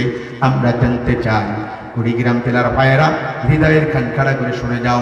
জান্নাতি মানুষগুলো প্রশ্ন করার সাথে সাথেই জাহান্নামের মানুষগুলো কেঁদে কেঁদে বলবে, জান্নাতীরা শোনো, দুনিয়ার মধ্যে যে প্রথম অপরাধ করেছিলাম, ভুল করেছিলাম, পাপ করেছিলাম, যার কারণে আল্লাহ পাক রব্বুল আলামিন আমাদেরকে নিকৃষ্ট স্থান জাহান্নামের মধ্যে নিক্ষেপ করেছেন, সেই জীবনের প্রথম নাম্বার অপরাধ হচ্ছে ক্বালু লাম নাকু মিনাল মুসাল্লিন, আমরা দুনিয়ার মধ্যে সর্বপ্রথম মুসল্লি ছিলাম না, নামাজি ছিলাম না। এই নামাজ না পড়ার কারণে আল্লাহ আমাদেরকে জাহান্নামের মধ্যে নিক্ষেপ করেছে। তাহলে বলেন জাহান্নামে যাওয়ার বান্দার প্রথম অপরাধ হবে কি? একটু আওয়াজ দিয়ে বলেন কি? তাহলে সেই নামাজ পড়া লাগবে কি লাগবে না? কয়েক তো আমরা পড়ি কয়েক তো। এখন বাংলাদেশ হয়ে গেছে ডিজিটাল। কিটাল? বাংলাদেশ তো ডিজিটাল, তাই না? ডিজিটাল হুজুর, ডিজিটাল মুসল্লি, ডিজিটাল ইমাম, ডিজিটাল মসজিদ আমাদেরই বাংলাদেশে আছে না? না, আপনাদের এলাকায় আছে কিনা জানি না, আমাদের চুয়াডাঙ্গায় আছে ডিজিটাল মুসল্লি। কেউ আছে সপ্তাহে একদিন শুকুর আলী আল্লাহু আকবার, আছে না? আবার কেউ আছে কদর আলী, সারা বছর নামাজ পড়ে। লাইলাতুল কদর কবে? যদি মৌলবী যদি বলে কাল, সকালবেলা দেখা যাবে আগে যাবে কুড়িগ্রাম বাজারে বা রাজারহাটে বাজারে 5 কেজি গরুর গোশত কিনে নিয়ে এসে বউটারা বলে রাত, আর রাতিকে উঠে একটু আল্লাহর মসজিদ দখল করে আসে ইবাদত বন্দিগি করে। এমন মুসলিম আছে না? এই ধরে বলেন আছে না? এরা কি আলী? মুখস্থ করেন কি আলী? ডিজিটাল নামাজি কদর। আবার কেউ আছে রমজান আলী, কি আলী? এই কথা বলেন না কিন্তু কি আলী? সারা বছর নামাজ নাই, রোজার মাস আসলে প্রথম 2-3 দিন মসজিদ গরম, যদি পার্টি বদনা টিউবওয়েল ঠিকঠাক না থাকে সারি আলাদা। ইমাম এবং মুয়াজ্জিন তারা তো একেবারে নিরীহ খাদেম, তাদের তো গালি দেবে, সভাপতি সেক্রেটারি পর্যন্ত তো গোষ্ঠী বাধায় দেয়। এমন মুসলিমও আছে না? নাই? এক কথা বলে আছে না? এরা কি আলী? আর রমজান আলী বলেন না কি আলী? যদি বলা যায় চাচা 2-3 দিন তো ভালোই মসজিদ গরম করলে, আর আসো না কেন? দেখা যায় কয় হাতে ব্যথা, কে হাতে ব্যথা আছে না। আবার 27-এর রাত্রে দেখা যায় মসজিদ এসে ঝাড়ি আলাদা। কতক্ষণ ঠিক না ঠিক? হ্যাঁ কথা বলেন আছে না? আমাদের দেশে নামাজি পেলাম ডিজিটাল, শুকুর আলী, কদর আলী, এরপরে রমজান আলী, আবার দেখা যায় কেউ কেউ আছে ঈদ আলী। ধরে বলেন কি আলী? সারা বছর নামাজ পড়বে না, কিন্তু ঠিকই কুড়িগ্রাম থেকে ভালো পাঞ্জাবি আর টুপি কিনে নিয়েছে। দেখা যায় সকাল সকাল মসজিদে ঈদগার প্রথম কাতার বুক। ঈদগাহ কমিটি টাইম দিছে আগামীকাল বালিয়াকান্দি কৈকুড়ি কেন্দ্র ঈদগাহ ময়দানে 9 ঘটিকার সময় ঈদ উল ফিতরের নামাজ উদযাপন হবে। নবাব দাদা সামনে টুপি আর পাঞ্জাবি পরে বসা, আর বারবার ঘড়ির দিকে তাকায়। নবাব দাদা তো ঘড়ি কিনে লাগে নাই, সুদ খেয়ে ঘুষ খেয়ে ঘড়ি কিনেছে, এবার ঘড়ির দিকে তাকায়। মৌলবী যদি 2 মিনিট বক্তব্য বেশি দেয়, পেছন দিক থেকে সিগন্যাল দেয় হুজুর টাইম হয়ে গেছে। এই কথা বলেন সত্য না মিথ্যা? কথা বলেন ঠিক না ঠিক? ভাইরা মা, তাদের অর্থ আছে, তাদের ক্ষমতা আছে, আমরা কেউ কথা বলতে পারতাম না। এরা কি আলী? কথা কন। আবার কি বলছি, আপনাদের দেশে আছে কিনা জানি না, আমাদের দেশে আছে ভাই, তারা হলো সিজন আলী। জোরে বলেন কি আলী? কিছু মুসল্লি আছে কি আলী? সিজন আলী। যেই শুনে আর ইউনিয়ন নির্বাচনে 1 মাস, পৌরসভা নির্বাচনে 1 মাস, উপজেলা নির্বাচনে 1 মাস বাকি আছে, এমপি নির্বাচন। এবার দেখা যায় হুজুর দিকে বড় টুপি আর পাঞ্জাবি পরে 1 মাস আগে থেকে খালি সালাম আলাইকুম, মানে সালামটাও শুনতে করে দেয় না। কি বলে সালাম আলাইকুম? আছে না নাই? এরা কি আলী? কথা কন। আর আমরা ওই বাইকপাকদের সালাম দিকে ভুলে যাই সালাম আলাইকুম। আমাদের দেশে যারা 5 ওয়াক্ত নামাজ পড়ে, যারা শুকুর আলী নাই, কদর আলী নাই, রমজান আলী নাই, ঈদ আলী নাই, সিজন আলী নাই, যারা দৈনন্দিন স্রষ্টার সাহিত্যের জন্য এমস্তাদ আবনত করে মসজিদে 5 ওয়াক্ত নামাজ পড়ে এবং এই নামাজ পৃথিবীর মানচিত্রে প্রতিষ্ঠা হোক এই আন্দোলন করে চেষ্টা ফিকির করে, আমরা তাদেরকে মিথ্যা আঙুল দেখিয়ে সিজন আলীদেরকে আমরা দিনের ভোট রাতে দিয়ে তাদেরকে আমরা ক্ষমতার মস্তকে বসাই। আমরা সেই মুসলমান। কথা বলে ঠিক না? এই কথা বলে ঠিক না? আল্লাহ আদালতের কাঠ করায় দাঁড় করাবে। তুমি যত বড় হাজি হও না কেন, তুমি যত বড় নামাজি হও না কেন, তুমি যত বড় তাহাজ্জুদের হও না কেন, যারা সিজন আলীদেরকে প্রমোট করেছো, যারা জাতির শ্রেষ্ঠ সন্তানদেরকে মিথ্যা আঙুল দেখিয়ে, যারা সারা জীবন দাঁড়িয়ে আর টুপিওয়ালাদের বিরুদ্ধে গাড়ি দিয়েছে, একামতের দ্বীনের বিরুদ্ধে কথা বলেছে, আর সিজন আসতেই মাথায় টুপি আর পাঞ্জাবি পরে তোমাদের সামনে যখন আসে, এদের পক্ষে যখন কাজ করো, আল্লাহর আদালতের কাঠ করায় তোমাকেও জবাব দিতে হবে। কেউ কোনোদিন ছাড়ে পাবে না। কথা বলেন আছে না? আমাদের রাগ করেছেন? এরা কি আলী? আছে না নাই? শুরু হয়ে গেছে দেখবে। চক্কর শুরু হয়ে গেছে। জীবনেও টুপি মাথায় দেয় না, টুপি দেখলেই ঘৃণা করতো, পাঞ্জাবি দেখলে রাগ উঠতো। আছে না নাই? রাগ করেছেন? হ্যাঁ, রাগ করেছেন। কুত্তার মাথায় টুপি দিয়ে আপনাদেরকে অপমানিত করেছে, আছে না নাই? কষ্ট হচ্ছে নাকি আপনাদের? আমি বাস্তব কথা বলি না, আমি ওই রকম হুজুর নাই। আমি বাকিতে বিশ্বাস নেই, নগদে বিশ্বাসী। যেটা ঘটে সেটাই জাতির কাছে উপস্থাপনা করছি। ওকে হাত দিয়ে বলেন, এমন মুসল্লি আমাদের দেশে এখন নতুন দেখা শুরু হয়েছে কিনা? আছে অনেকের 16 বছরের 17 বছরের খোদা আছে, এই খোদা নিবারণ করেন, ঠিক আছে। এদেশে আর কাউকে চেটিপুটি খাওয়ার সুযোগ বাংলাদেশে দেওয়া হবে না। যদি তুমি নেতা হতে চাও, তোমাকে চেটে পুটে খাওয়া বাদ দিয়ে জাতির কাছে তোমাকে নিজেই তোমার নিজের ইয়েতেই তোমাকে প্রতিষ্ঠিত হতে হবে।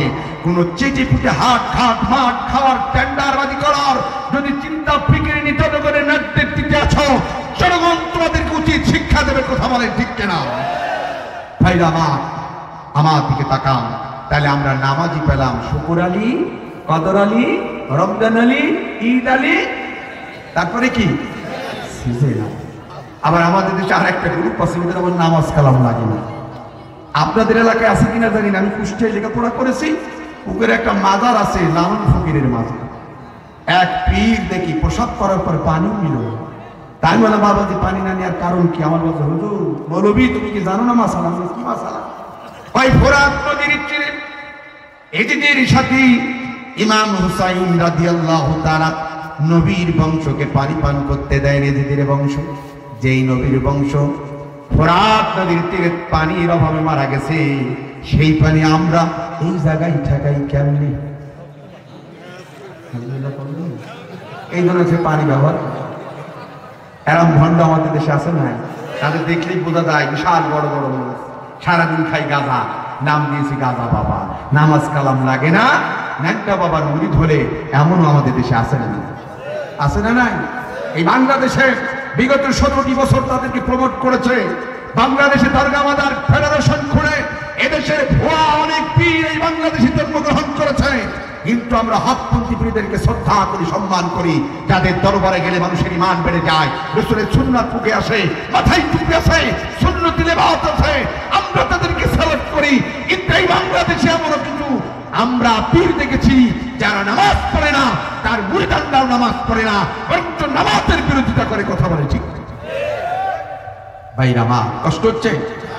আবার গান কি? ন্যাংটা বাহ বাহ বাহ বাহ রে, ন্যাংটা দেখলে আমার আল্লাহ দেখা যায়। নাউজুবিল্লাহ বলবেন না? আরে ন্যাংটা বাহাবারি দরবাহারি, কেউ ফেরে না খালি হাতে, ন্যাংটা দেখলে আল্লাহ দেখা যায়। নাউজুবিল্লাহ বলেন। এরা নিঃসন্দেহ ভণ্ড। আজ বাংলাদেশে একটা কথা আপনাদের জানিয়ে রাখি, কোরআনের পাখি আল্লামা দিলওয়ার হোসেন সাঈদীর নাম শুনেছেন? কে কে শোনেন নাই? শোনেন নাই? কে কে হাত তোলেন? শোনেন নাই? শুনেছেন কারা কারা? হাত তোলেন। এবার সাক্ষী থাকেন। এই কোরআনের পাখি আল্লামা হাত্তাবান আল্লামা দিলওয়ার হোসেন সাঈদীকে কারা হত্যা করেছে, কারা ষড়যন্ত্র করেছে আপনারা জানেন? এদেশে সর্বপ্রথম দরগা মাদার ফেডারেশনের সভাপতি ছিল একজন পোলান্দা, নাম হলো নজিবুল বাশার মাঝভান্ডারী। আমার সর্বপ্রথম এই কোরআনের পাখিকে ধর্মের মধ্যে আঘাত আনার মামলা দিয়ে হায়াতুল লয়ার জানে তিনি নাকি ধর্মের উপর আঘাত এনেছে। তার সর্বপ্রথম মামলা করেন, রিট করেন তিনি এই নজিবুল বাশার মাঝভান্ডারী। তেনার বাড়ি হচ্ছে চট্টগ্রাম। তিনি হচ্ছেন একটা পীর। সেই পীরের তার দলের নাম হচ্ছে মাঝভান্ডারী। কি নাম? ইনি সর্বপ্রথম বাংলাদেশে ধর্মীয় আঘাত আনার দায় পেয়ে কোরআনের পাখি আল্লামা দিলওয়ার হোসেন সাঈদী সাহেবের নামে মামলা দেয়। এবং শুধু মামলা দিয়ে ক্ষেত্র নাই, কোরআনের পাখিকে আজ তিলে তিলে 13টি বছর নিরাপরাধ একটা মানুষ কারারুদ্ধ করে রেখে সুপরিকল্পিতভাবে দাদা বাবুদের খুশি করার জন্যই তারা বুঝতে পেরেছিল, যার কারণে তড়িঘড়ি করে তারা মনে করেছিল আমাদের দিন ফুরিয়ে আসছে। কিন্তু প্রতিবেশী রাষ্ট্র তারা বলেছিল তোমাদের প্রতিশ্রুতি ছিল যেটা, সেটা তাড়াতাড়ি বাস্তবায়ন করো, নইলে আগামী দিনে গতি টিকে রাখা যাবে না। তাদের খুশি করার জন্যই তড়িৎ গতিতে কোরআনের পাখি আল্লামা দিলওয়ার হোসেন সাঈদীর মতন ব্যক্তিকে হাসি খুশি অবস্থায় জেলখানা থেকে মুক্ত করে সুপরিকল্পিতভাবে ইঞ্জেকশন পুশ করে তাকে হত্যা করা হয়েছে। কথা বলেন ঠিক? যারা বলেন ঠিক না? মানে আমরা বাংলাদেশে ইসলাম কোটি মানুষেরা তৎকালীন করতে চালাতে চান, যারা নিরপরাধ কোরআনের প্রতি হত্যা করেছে, ওই ডাক্তার সহ মিথ্যা মামলা দিয়ে যাকে রিট করে কারারুদ্ধ করে গেছে, ওই ভণ্ডপীরের বিচার বাংলার জমিনে দেখতে চায়। কথা বলেন ঠিক কিনা? কারা কারা দুই হাত তুলে দেখান।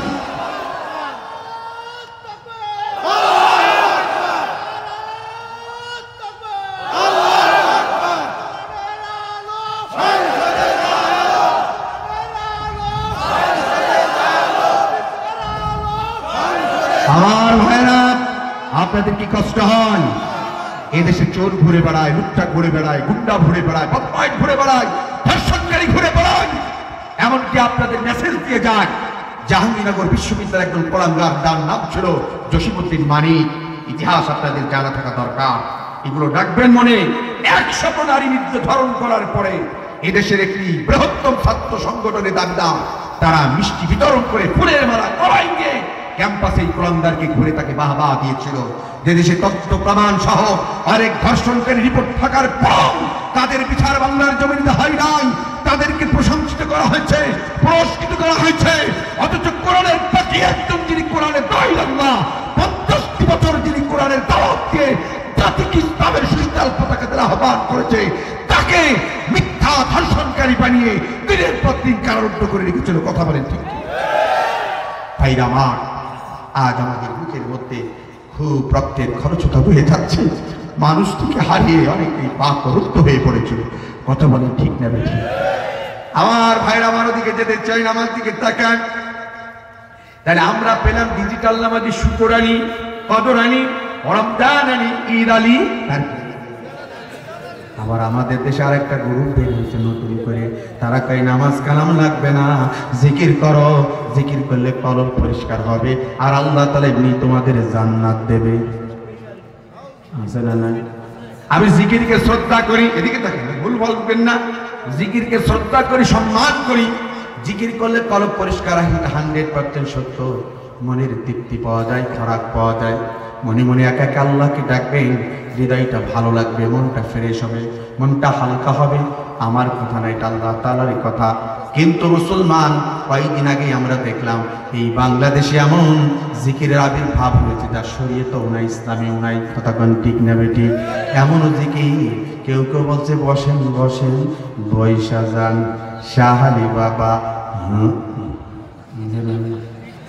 আবার কেউ কেউ জিকির করছে কি, কেউ বাং থাকে গাছে তালাতে, কেউ বাং থাকে দাও তালাই, মাওলা তোমার নীলা খেলা, মাওলা তোমার নীলা খেলা, কেউ বোঝে নাই।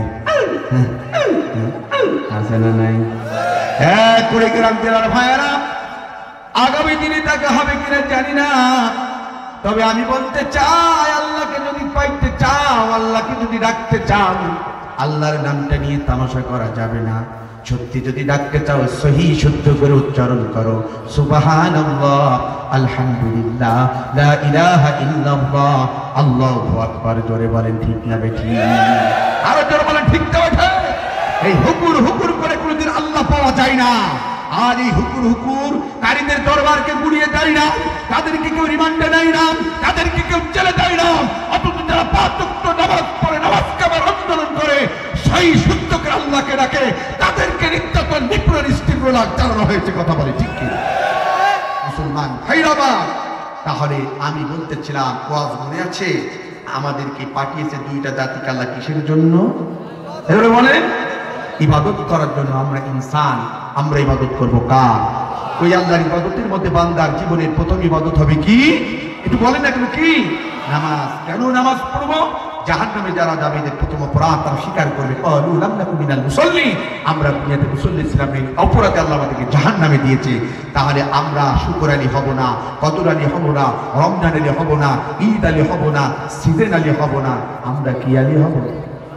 জোরে বলেন, দিন আলী। জোরে বলেন, কি আলী? এবার বলেন, নামাজ পড়তে হবে কার জন্য? আমার কথা নাই, বলেন কার জন্য?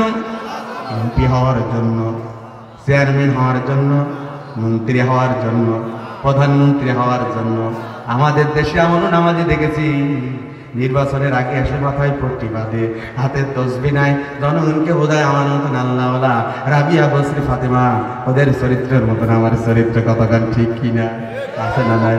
যে খালাস হয়ে যায়, টুপিও নাই, পাঞ্জাবিও নাই, পট্টিও নাই, তসবিও নাই, আছে না নাই? আল্লাহ বলে বান্দা নামাজ পড়বি আমি আল্লাহর জন্য, ইন্নাস সালাতি ওয়া নুসুকি ওয়া মাহইয়ায়া ওয়া মামাতি লিল্লাহি রাব্বিল আলামিন। আল্লাহ বলেন নিশ্চয়ই আমার নামাজ, আমার জীবন, আমার মরণ, আমার কুরবানি সব হবে কার জন্য? আর জোরে বলেন কার জন্য?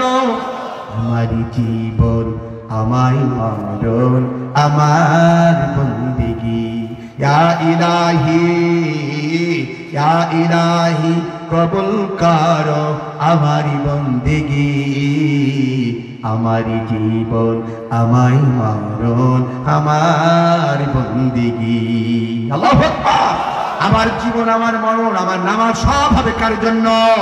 এবার মজার কথা আমার দিকে তাকান। আল্লাহ বলছে বান্দা আমি আল্লাহর জন্য যদি নামাজ পড়িস, আমি আল্লাহর পক্ষ থেকে তোদের একটা সুসংবাদ দিচ্ছি। আল্লাহু আকবার বলে কি সংবাদ?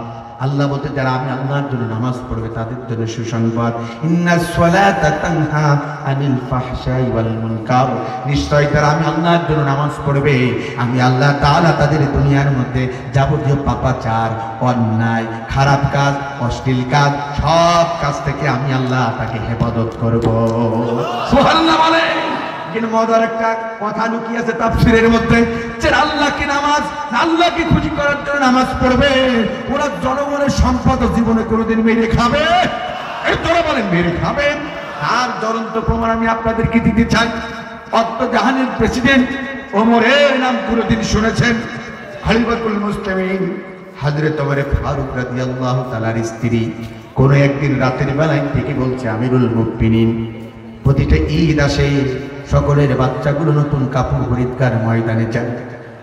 খলিফা আপনার কি হৃদয়ের মধ্যে এতটুকু সাত, এতটুকু ইচ্ছা জাগে না আপনার বাচ্চাদেরকে নতুন কাপড় কিনিকার ময়দানে নিয়ে তাদের মুখে হাসি ফুটাতে? হযরত ওমর চোখের পানি ছেড়ে দিয়ে কেঁদে কেঁদে বলে, স্ত্রী রে, আমি যা রাষ্ট্রীয় কোষাগার থেকে বাইরে পাই, তা অর্থ পাই, তাই দিয়ে তো আমার সংসার চলে না। আমি কেমন করে আমার বাচ্চাদেরকে নতুন কাপড় কিনে দেব? ও বাংলাদেশের মুসলমান, ওমর হচ্ছে বাংলাদেশের মতো রাষ্ট্রের রাষ্ট্রপ্রধান ছিল না, ভারতের মতো রাষ্ট্রের রাষ্ট্রপ্রধান ছিল না, তিনি ছিলেন জাহানের প্রেসিডেন্ট। অথচ রাষ্ট্র ক্ষমতায় থাকার পরও নিজের বাচ্চাদেরকে নতুন কাপড় কিনে দেওয়ার সমর্থন তার ছিল না। আর আমরা এমন একটা রাষ্ট্রে বাস করি, এবছর ধরে আমরা মেম্বার বানাই, তাহলে এবছর দেখা যায় এমপি নির্বাচন করার জন্য সে হাতে অহংকার ছাড়ে। কথা বলেন না কেন? এমপি বানাই আমরা, এবছর তাকে আমরা মেম্বার বানাইছি, দেখা যায় কোটি কোটি টাকা লুণ্ঠন করেছে। কথা বলেন ঠিক যাবে ঠিক? অথচ জাহানের প্রেসিডেন্ট, আমার ভাইরা আমার, বাংলাদেশের মতন নাই, জাহানের প্রেসিডেন্ট আমিরুল মুমিনিন সংসার চালানোর মতন কোন খরচ করার মতন স্ত্রীদেরকে, এরপরে ছেলে মেয়েদেরকে নতুন পোশাক কিনে দেওয়ার মতন সামর্থ্য নাই।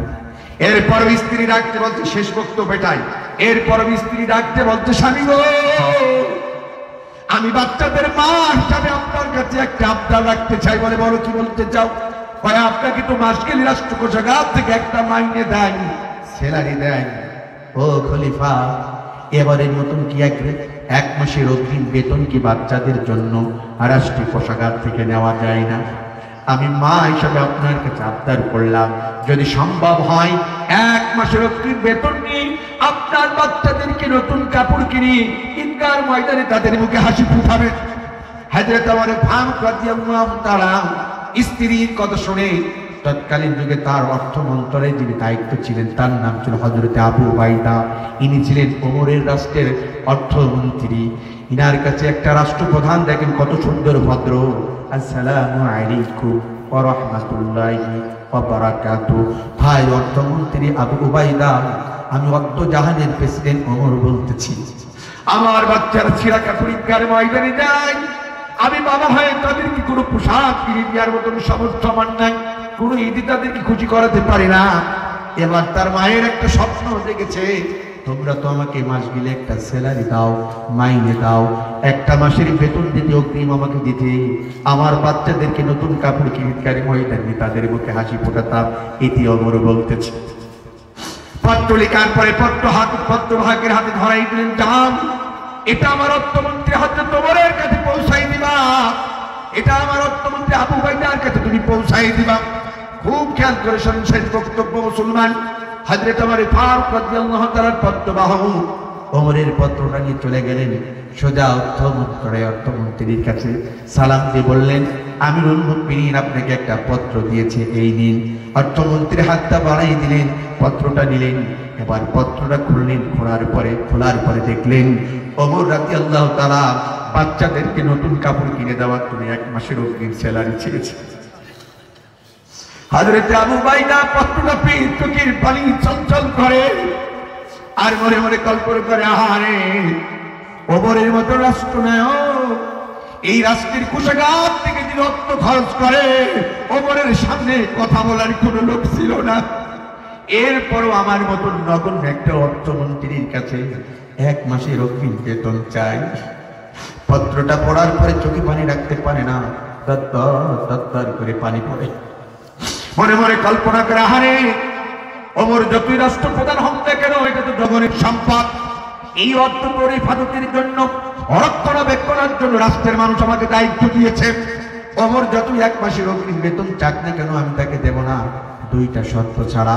জোরে বলেন কয়টা? 1 নাম্বার, আমার দিকে তাকান, শেষ বক্তব্য। 1 নাম্বার, আমিরুল মুমিনিন খলিফাতুল মুসলিমিন, আমি আপনাকে 1 মাসের অগ্রিম বেতন বা স্যালারি বা মাইনে দিতে পারি, শর্ত হলো 2টা। জোরে বলেন কয়টা? 1 নাম্বার, আপনি আগামী 1 মাস এই পৃথিবীর মধ্যে বেঁচে থাকবেন কিনা তার একটা গ্যারান্টি, তার একটা সিকিউরিটি আপনাকে দিতে হবে। নাম্বার 2, আমিরুল মুমিনিন, যে রাষ্ট্রের মানুষ আপনাকে খেলাফতের মসনদে বসিয়েছে, আগামী 1 মাস এই রাষ্ট্রের মানুষ আপনাকে এই পদে রাখবে কিনা তার একটা গ্যারান্টি দিতে হবে। যদি আপনি দিতে পারেন, আমি আপনাকে 1 মাসের অগ্রিম বেতন এবং স্যালারি দেব, তার আগে দিতে পারবো না। উল্টা আপনি 2টা শর্ত নিয়ে পত্রবাহককে ডাকতে বলেন, যাও এটা ওমরকে আবার রিটার্ন দিবাম। ওদিকে হযরত ওমর ফারুক রাদিয়াল্লাহু তাআলা প্রতীকের মতন পথে বসে আছে। 1 মাসের অগ্রিম বেতন অর্থমন্ত্রী দেবে, তা দিয়ে বাচ্চাদেরকে নতুন কাপড় কিনে তাদের মুখে হাসি ফোটাইয়া ঈদগার ময়দান নিয়ে যাবে, চাতক পাখির মতন চেয়ে আছে। হঠাৎ করে পত্রবাহক হাজির, সালাম দিয়ে বললেন, আমিরুল মুমিনিন খলিফাতুল মুসলিমিন, আপনি আমাকে যে পত্র দিয়েছিলেন আমি অর্থ মন্ত্রণালয়ে জমা দিয়েছিলাম। আপনার অর্থমন্ত্রীর পত্রটা পড়ার পরে চোখ দিয়ে কাঁদলেন, পানি পড়লে দেখলাম। এরপরে উল্টা পিঠে কি যেন লেখা, আপনাকে রিটার্ন দিতে বলেছে। এই যে হযরত ওমর ফারুক রাদিয়াল্লাহু তাআলা হাতটা বাড়াই দিলেন। এরপরে পত্রটা নিলেন, পত্র পড়ার পরে 2টা শর্ত দেখে ওমরের চোখ দিয়ে তত্তর করে পানি পড়ে আর সেজদায় পড়ে দিয়ে কেঁদে বলে, আল্লাহ, যেই রাষ্ট্রের রাষ্ট্রপ্রধান কোরআন দিয়ে রাষ্ট্র পরিচালনা করে, তুমি সেই রাষ্ট্রের মধ্যে আমাকে একটা যোগ্য অর্থমন্ত্রী তুমি আমাকে দিয়েছ। খোলাফায়ে রাশেদার সোনালী দিন কেন যে ফিরে আর আসে না, সকলেই পেয়ে তার অধিকার, কেন যে প্রাণ খুলে হাসে না। যদিও ধুলার আসনে বসে ওমরের রাজ্য শাসন করিত, যদিও খলিফা ওমরের শাসনে না খেয়ে কেহ নাহি মরিত, সেই ওমরের মতো কেউ এ ধরাতে কেন যে ফিরে আর আসে না। খোলাফায়ে রাশেদার সোনালী দিন কেন যে ফিরে আর আসে না, সকলেই পেয়ে তার অধিকার, কেন যে প্রাণ খুলে হাসে না। আজ ওমরের মতো রাষ্ট্রনায়ক বড় প্রয়োজন। আজ হযরত আবু উবাইদার মতো অর্থমন্ত্রী আমার দেশে থাকতো, আমার দেশের ব্যাংকাতি করে এদেশের সম্পদ বিদেশে প্রচার করার সাহস বাংলার জমিনে কেউ পেটরা কথা বলে, ঠিক কিনা? আর যারা বলেন ঠিক তবে ঠিক। আমার ভাইরা আমার, ইসলামী হুকুমত যদি প্রতিষ্ঠিত হয়ে যান, কোরআন যে যদি রাষ্ট্র পরিচালনা করে এই সম্পদ দস্তুর করা সহ পৃথিবীর কারণ হবে না, কথা বলে ঠিক কিনা? আমার ভাইরা আমার, এই জন্য কোরআন যে রাষ্ট্র পরিচালনা করেছিলেন আত্মজাহানের প্রেসিডেন্ট আমিরুল মুমিনিন, যার কারণে তার অধীনস্থ কোনো কর্মচারীরা চুরি করার সাহস পায় নাই, কথা বলেন ঠিক না ঠিক? আর আমরা এমন একটা রাষ্ট্র দেখেছি বিগত সরকারের আমলে অর্থমন্ত্রী বানাইছিলাম, হাজার হাজার কোটি টাকা বিদেশে পাচার হয়, এদেশের সাংবাদিকেরা জিজ্ঞাসা করে 4,000 কোটি টাকা বিদেশে চলে গেল, বাংলাদেশ ব্যাংক থেকে আউট হয়ে গেল। আপনার মতামত কি? আমরা দেখেছি আমার দেশে অর্থমন্ত্রী আমাদেরকে বলে স্টুপিড, তার নাম হচ্ছে মাথায় শুনলে নাম হলো আবুল মাল ওয়াহিদ। মনে আছে আপনাদের? হ্যাঁ, আপনারা জানেন দেশকে কত ক্ষতি করে গেছেন। 4,000 কোটি টাকাকে যারা টাকা মনে করে নাই, সাংবাদিক প্রশ্ন করে, সুশীল সমাজ প্রশ্ন করে, এদেশের সম্পদ পাচার হয়ে গেছে। আপনার মতামত কি? যারা আমাদেরকে বলেছেন স্টুপিড, আমরা বলতে চাই আপনি স্টুপিড নয়, আপনি জাতির চিরশত্রু, এদেশকে ধ্বংসের দ্বার প্রান্তে নিয়ে গেছে, যার কারণে আজকে অভিশাপ আপনাদের উপরে এসেছে, কথা বলে ঠিক আছে? আমরা এমন অর্থমন্ত্রী আগামী দিনে দেখতে, আমরা অবরের মতো রাষ্ট্রনায়ক দেখতে চাই, আমরা হযরত আবু উবাইদার মতো অর্থমন্ত্রী দেখতে চাই, যাদের কাছে জনগণের সম্পদ গচ্ছিত থাকবে, কোন লোকের চোখ রাঙানো দেখে ওই সম্পদ তসরুপ হবে না, কথা বলেন ঠিক তবে ঠিক? আর জোরে বলেন না কেন ঠিক তবে ঠিক? এর জন্য বেশি কিছু দরকার নেই। আগামী দিনের যে পার্লামেন্ট আছে, একটা নসিহত, আগামী দিনে 300 আসনের দরকার নেই। আমরা যদি 351টি আসন, যদি এই জাতির শ্রেষ্ঠ সন্তান, জাতির বীর সেনানী, জাতির ছাত্রীকে আদর্শবান ব্যক্তি যারা আমাদের পাশে এসে বলবে আমরা আল্লাহর আইন চাই, সত্যকের শাসন চাই, এদের হাতকে যদি আতাসিমু বিহাবলিল্লাহি জামিয়া, একমাত্র এই সত্য করে ধরে তাদের হাতে হাত মিলিয়ে যদি আমরা 151টি নিয়ে যেতে পারি, আমি ওয়াদা দিলাম এই দেশ থেকে চুরি বন্ধ হবে, ধর্ষণ বন্ধ হবে, খুন বন্ধ হবে, লুটতরাজ বন্ধ হবে, চিরাবাচ্চার বন্ধ হবে, সোনালী সমাজ ফিরে আসবে। এটা কারা কারা চান? তুই হাত আল্লাহকে দেখা। নারে তাকবীর, নারে তাকবীর। আল্লাহ কবুল করুক, বলেন আমিন। পরিশেষে বিদায় লাগবে, অনেক কথা বলে ফেলেছি, এতগুলো মানুষ যে বসে থাকবে আমি কখনোই কল্পনা করতে পারি নাই। আমি আপনাদেরকে রেসপেক্ট করে বলছি, যেই ময়দানের মানুষ কোরআন মানা, কোরআন শুনতে ভালোবাসে আল্লাহ, সেই জমিটাকে তুমি একবারের জন্য হলেও কবুল করে নাও। বলেন না কেন আমি? আর চলে বলে আমি। যেই দেশে মিনার থেকে মুয়াজ্জিনের আযান বেঁচে আছে, মানুষ ঘুমন্ত মানুষগুলো জাগ্রত হয়ে মসজিদে যায়, যেই দেশে মসজিদে মিনারের আগুনের ধ্বনি শুনে এ দেখি সারা নামাজ পড়ে রাতের বেলায় ঘুমাতে যায়। ওগো আরশে আজমের মালিক, তুমি চেয়ে দেখো আমরা তার সচক্ষে একটিবারের জন্য হলো সেই জমিনে যেন কোরআনের রাত দেখতে পায়। কোরআন দিয়ে বাংলার শাসন চলছে, ইউনিয়ন চলছে, পৌরসভা চলছে, পার্লামেন্ট চলছে, পরিবার চলছে, আমরা যেন এটা দেখে যেতে পারি, সেই আকাঙ্ক্ষা তামান্না রেখে আপনাদের কাছে আমার বক্তব্য সমাপ্ত করতে চাই। আমার বক্তব্য ছিল ইবাদত করবো আল্লাহর, গোলামি করবো আল্লাহর। ওই আমরা ইবাদতের মধ্যে বান্দার প্রথম ইবাদত হবে নামাজ। সেই নামাজ আমরা পুরো 5 ওয়াক্ত কাকে খুশি করার জন্য, বলেন না কেন, কাকে খুশি করার জন্য? আরো কিবার ধরবেন, কাকে খুশি করার জন্য? আমরা আল্লাহকে খুশি করার জন্য 5 ওয়াক্ত নামাজ পড়বো ইনশাআল্লাহ। এখানে একটা কথা বলেছিলেন, কে যেন বললো শুধু নামাজ পড়লে না, ভাই বলেছে শুধু নামাজ পড়লেই কিন্তু আল্লাহ জান্নাত পাওয়া যাবে না। আমি কিন্তু আল কোরআনের স্টুডেন্ট, ওপেন চ্যালেঞ্জ। এখানে মুফতি মুহাদ্দিস ইসলামী স্কলার যদি থেকে থাকে, এই আয়াতের ব্যাখ্যাটা আমাকে একটু করে দেবেন। ওয়াকিমুস সালাত শব্দের অর্থ হলো, কুড়িগ্রাম রাজারহাট থানার ভাইরা ওপেন চ্যালেঞ্জ করে বলে গেলাম, শুধু নামাজ পড়ে কপালে খাটি মানে আল্লাহ জান্নাত পাওয়া যাবে না। আমি দায়িত্বহীন করতে বলে দিতে চাই, ওয়াকিমুস সালাত শব্দের অর্থ যেমন একটা মুসলমানের জন্য এই 5 ওয়াক্ত নামাজ যেমন ফরজ আল্লাহ করে দিয়েছে, ঠিক এই 5 ওয়াক্ত নামাজ নিজের পরিবার সমাজে অর্থের মধ্যে প্রতিষ্ঠা করার স্বপ্ন, এটা হৃদয় তার লালন থাকবে না, ওই নামাজ আল্লাহর দরবারে কোনোদিন কবুল হবে না, ওই নামাজ কখনো আমাকে জান্নাতে নিয়ে যেতে পারবে না, কথা বলে ঠিক কিনা? অতএব এই 5 ওয়াক্ত নামাজ পড়া যেমন ফরজ, এই নামাজ প্রতিষ্ঠাও আমাদেরকে করতে হবে। রাজি আছেন ইনশাআল্লাহ? ওমিয়া মসজিদের এই কোণে বসে জিকিরাত ধারো কোষে, মসজিদের এই কোণে বসে জিকিরাত ধারো কোষে, এভাবে চাই না পাওয়া আল্লাহকে, কে হবে বেঁচে থেকে অযথা বিদ্যা শিখে, যদি না করতে পারি শোষণবিহীন সমাজটাকে, কি হবে বেঁচে থেকে? কি হবে আলেম হয়ে এই সমাজে যদি ওই খোদার কোরআন নর্দমাতে থাকে পড়ে, ঠিক কিনা?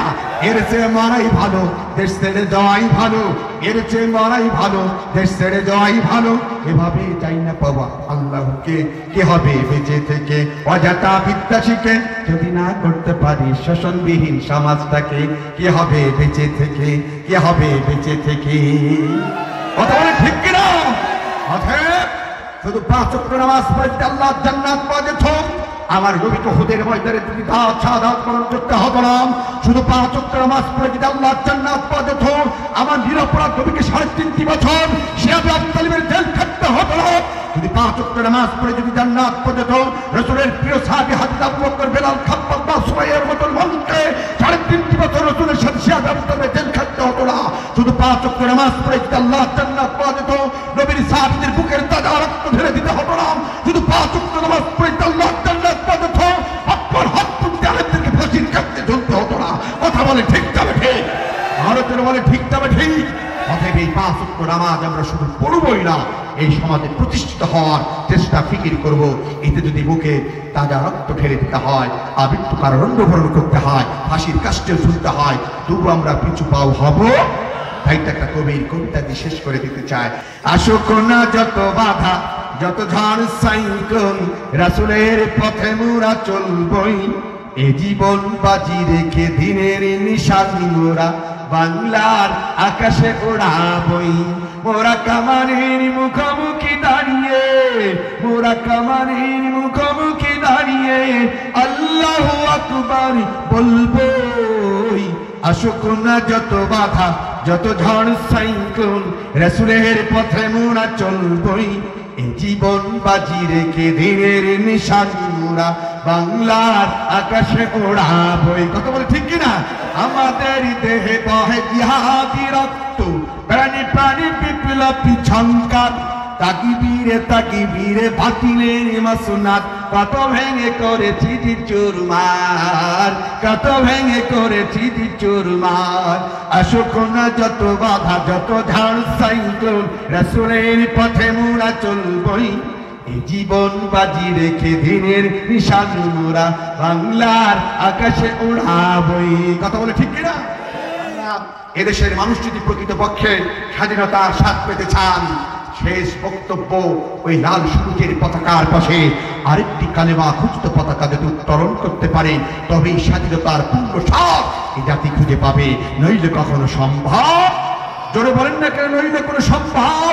অতএব সেই লাল সবুজের পতাকা যেমন দেশের রক্তের বিনিময়ে আমরা পেয়েছি, প্রয়োজন হলে আমাদের যদি আবার রক্ত দিতে হয়, ওই লাল সবুজের পতাকার পাশে আরেকটি কালেমা খুঁজতে পতাকা উত্তোলন করার জন্য কারা কারা প্রস্তুত? হাত তুলে আল্লাহকে দেখাও।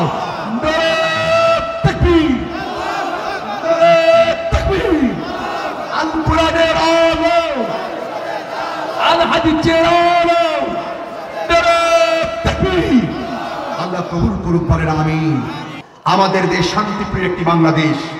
আমরা দেখেছি এদেশের বৈষম্য বিরোধী ছাত্র আন্দোলনের পরে ফেরাও নমরুদের উত্তরসূরে বিভিন্ন রূপ ধারণ করে জাতির মধ্যে বিভাজন সৃষ্টি করে আবার তারা খোলাপানিতে মাছ শিকার করার ষড়যন্ত্র করতেছে। কথা বলে ঠিক কি?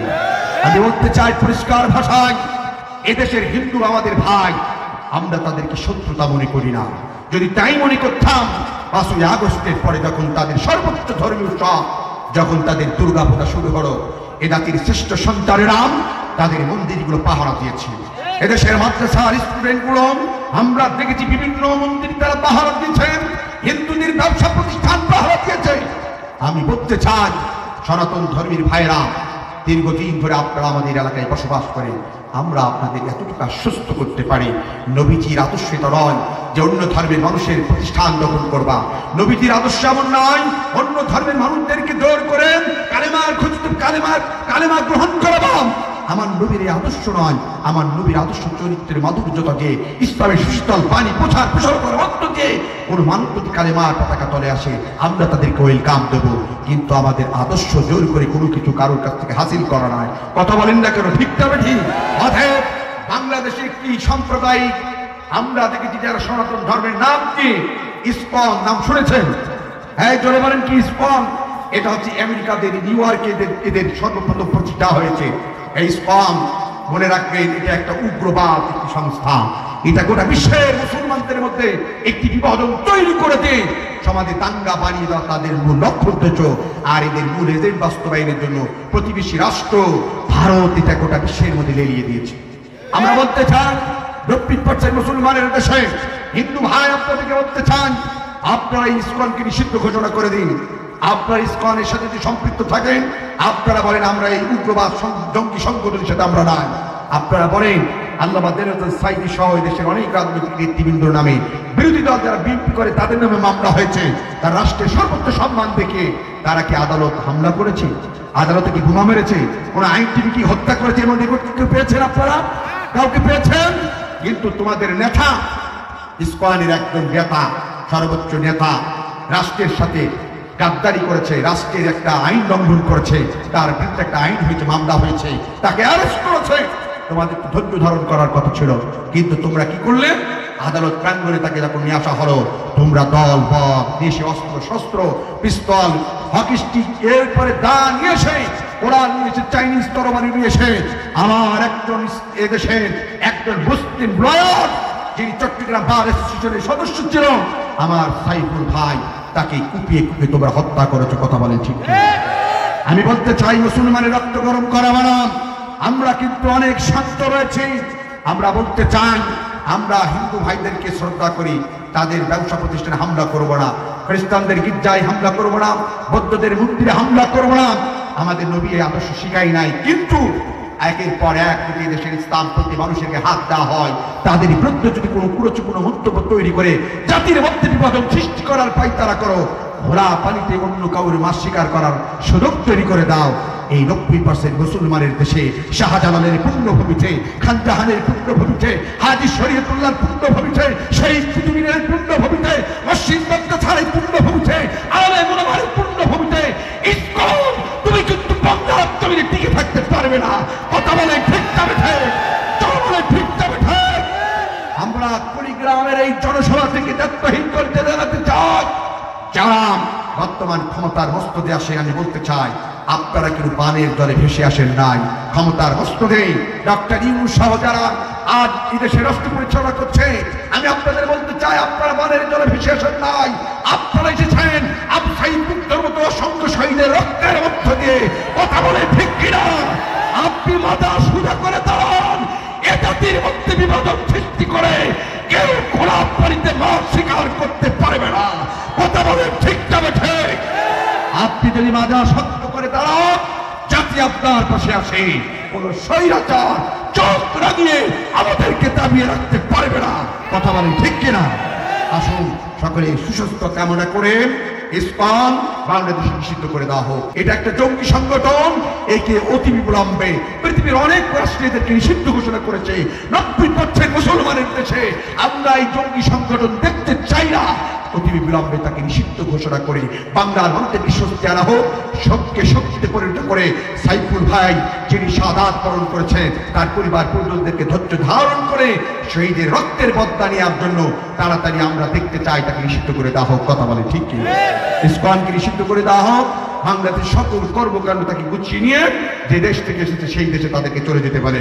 নাইলে জাতি খেপে গেলে রক্তের বন্যা হয়ে যাবে, এই জাতিকে তখন ঠেকানো যাবে না। কথা বলে ঠিক কিনা?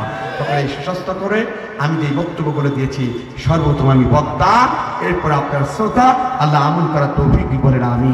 ওয়াকিল কামানা ওয়াল হামদুলিল্লাহি রাব্বিল আলামিন। আসসালামু আলাইকুম ওয়া রাহমাতুল্লাহি ওয়া বারাকাতুহু।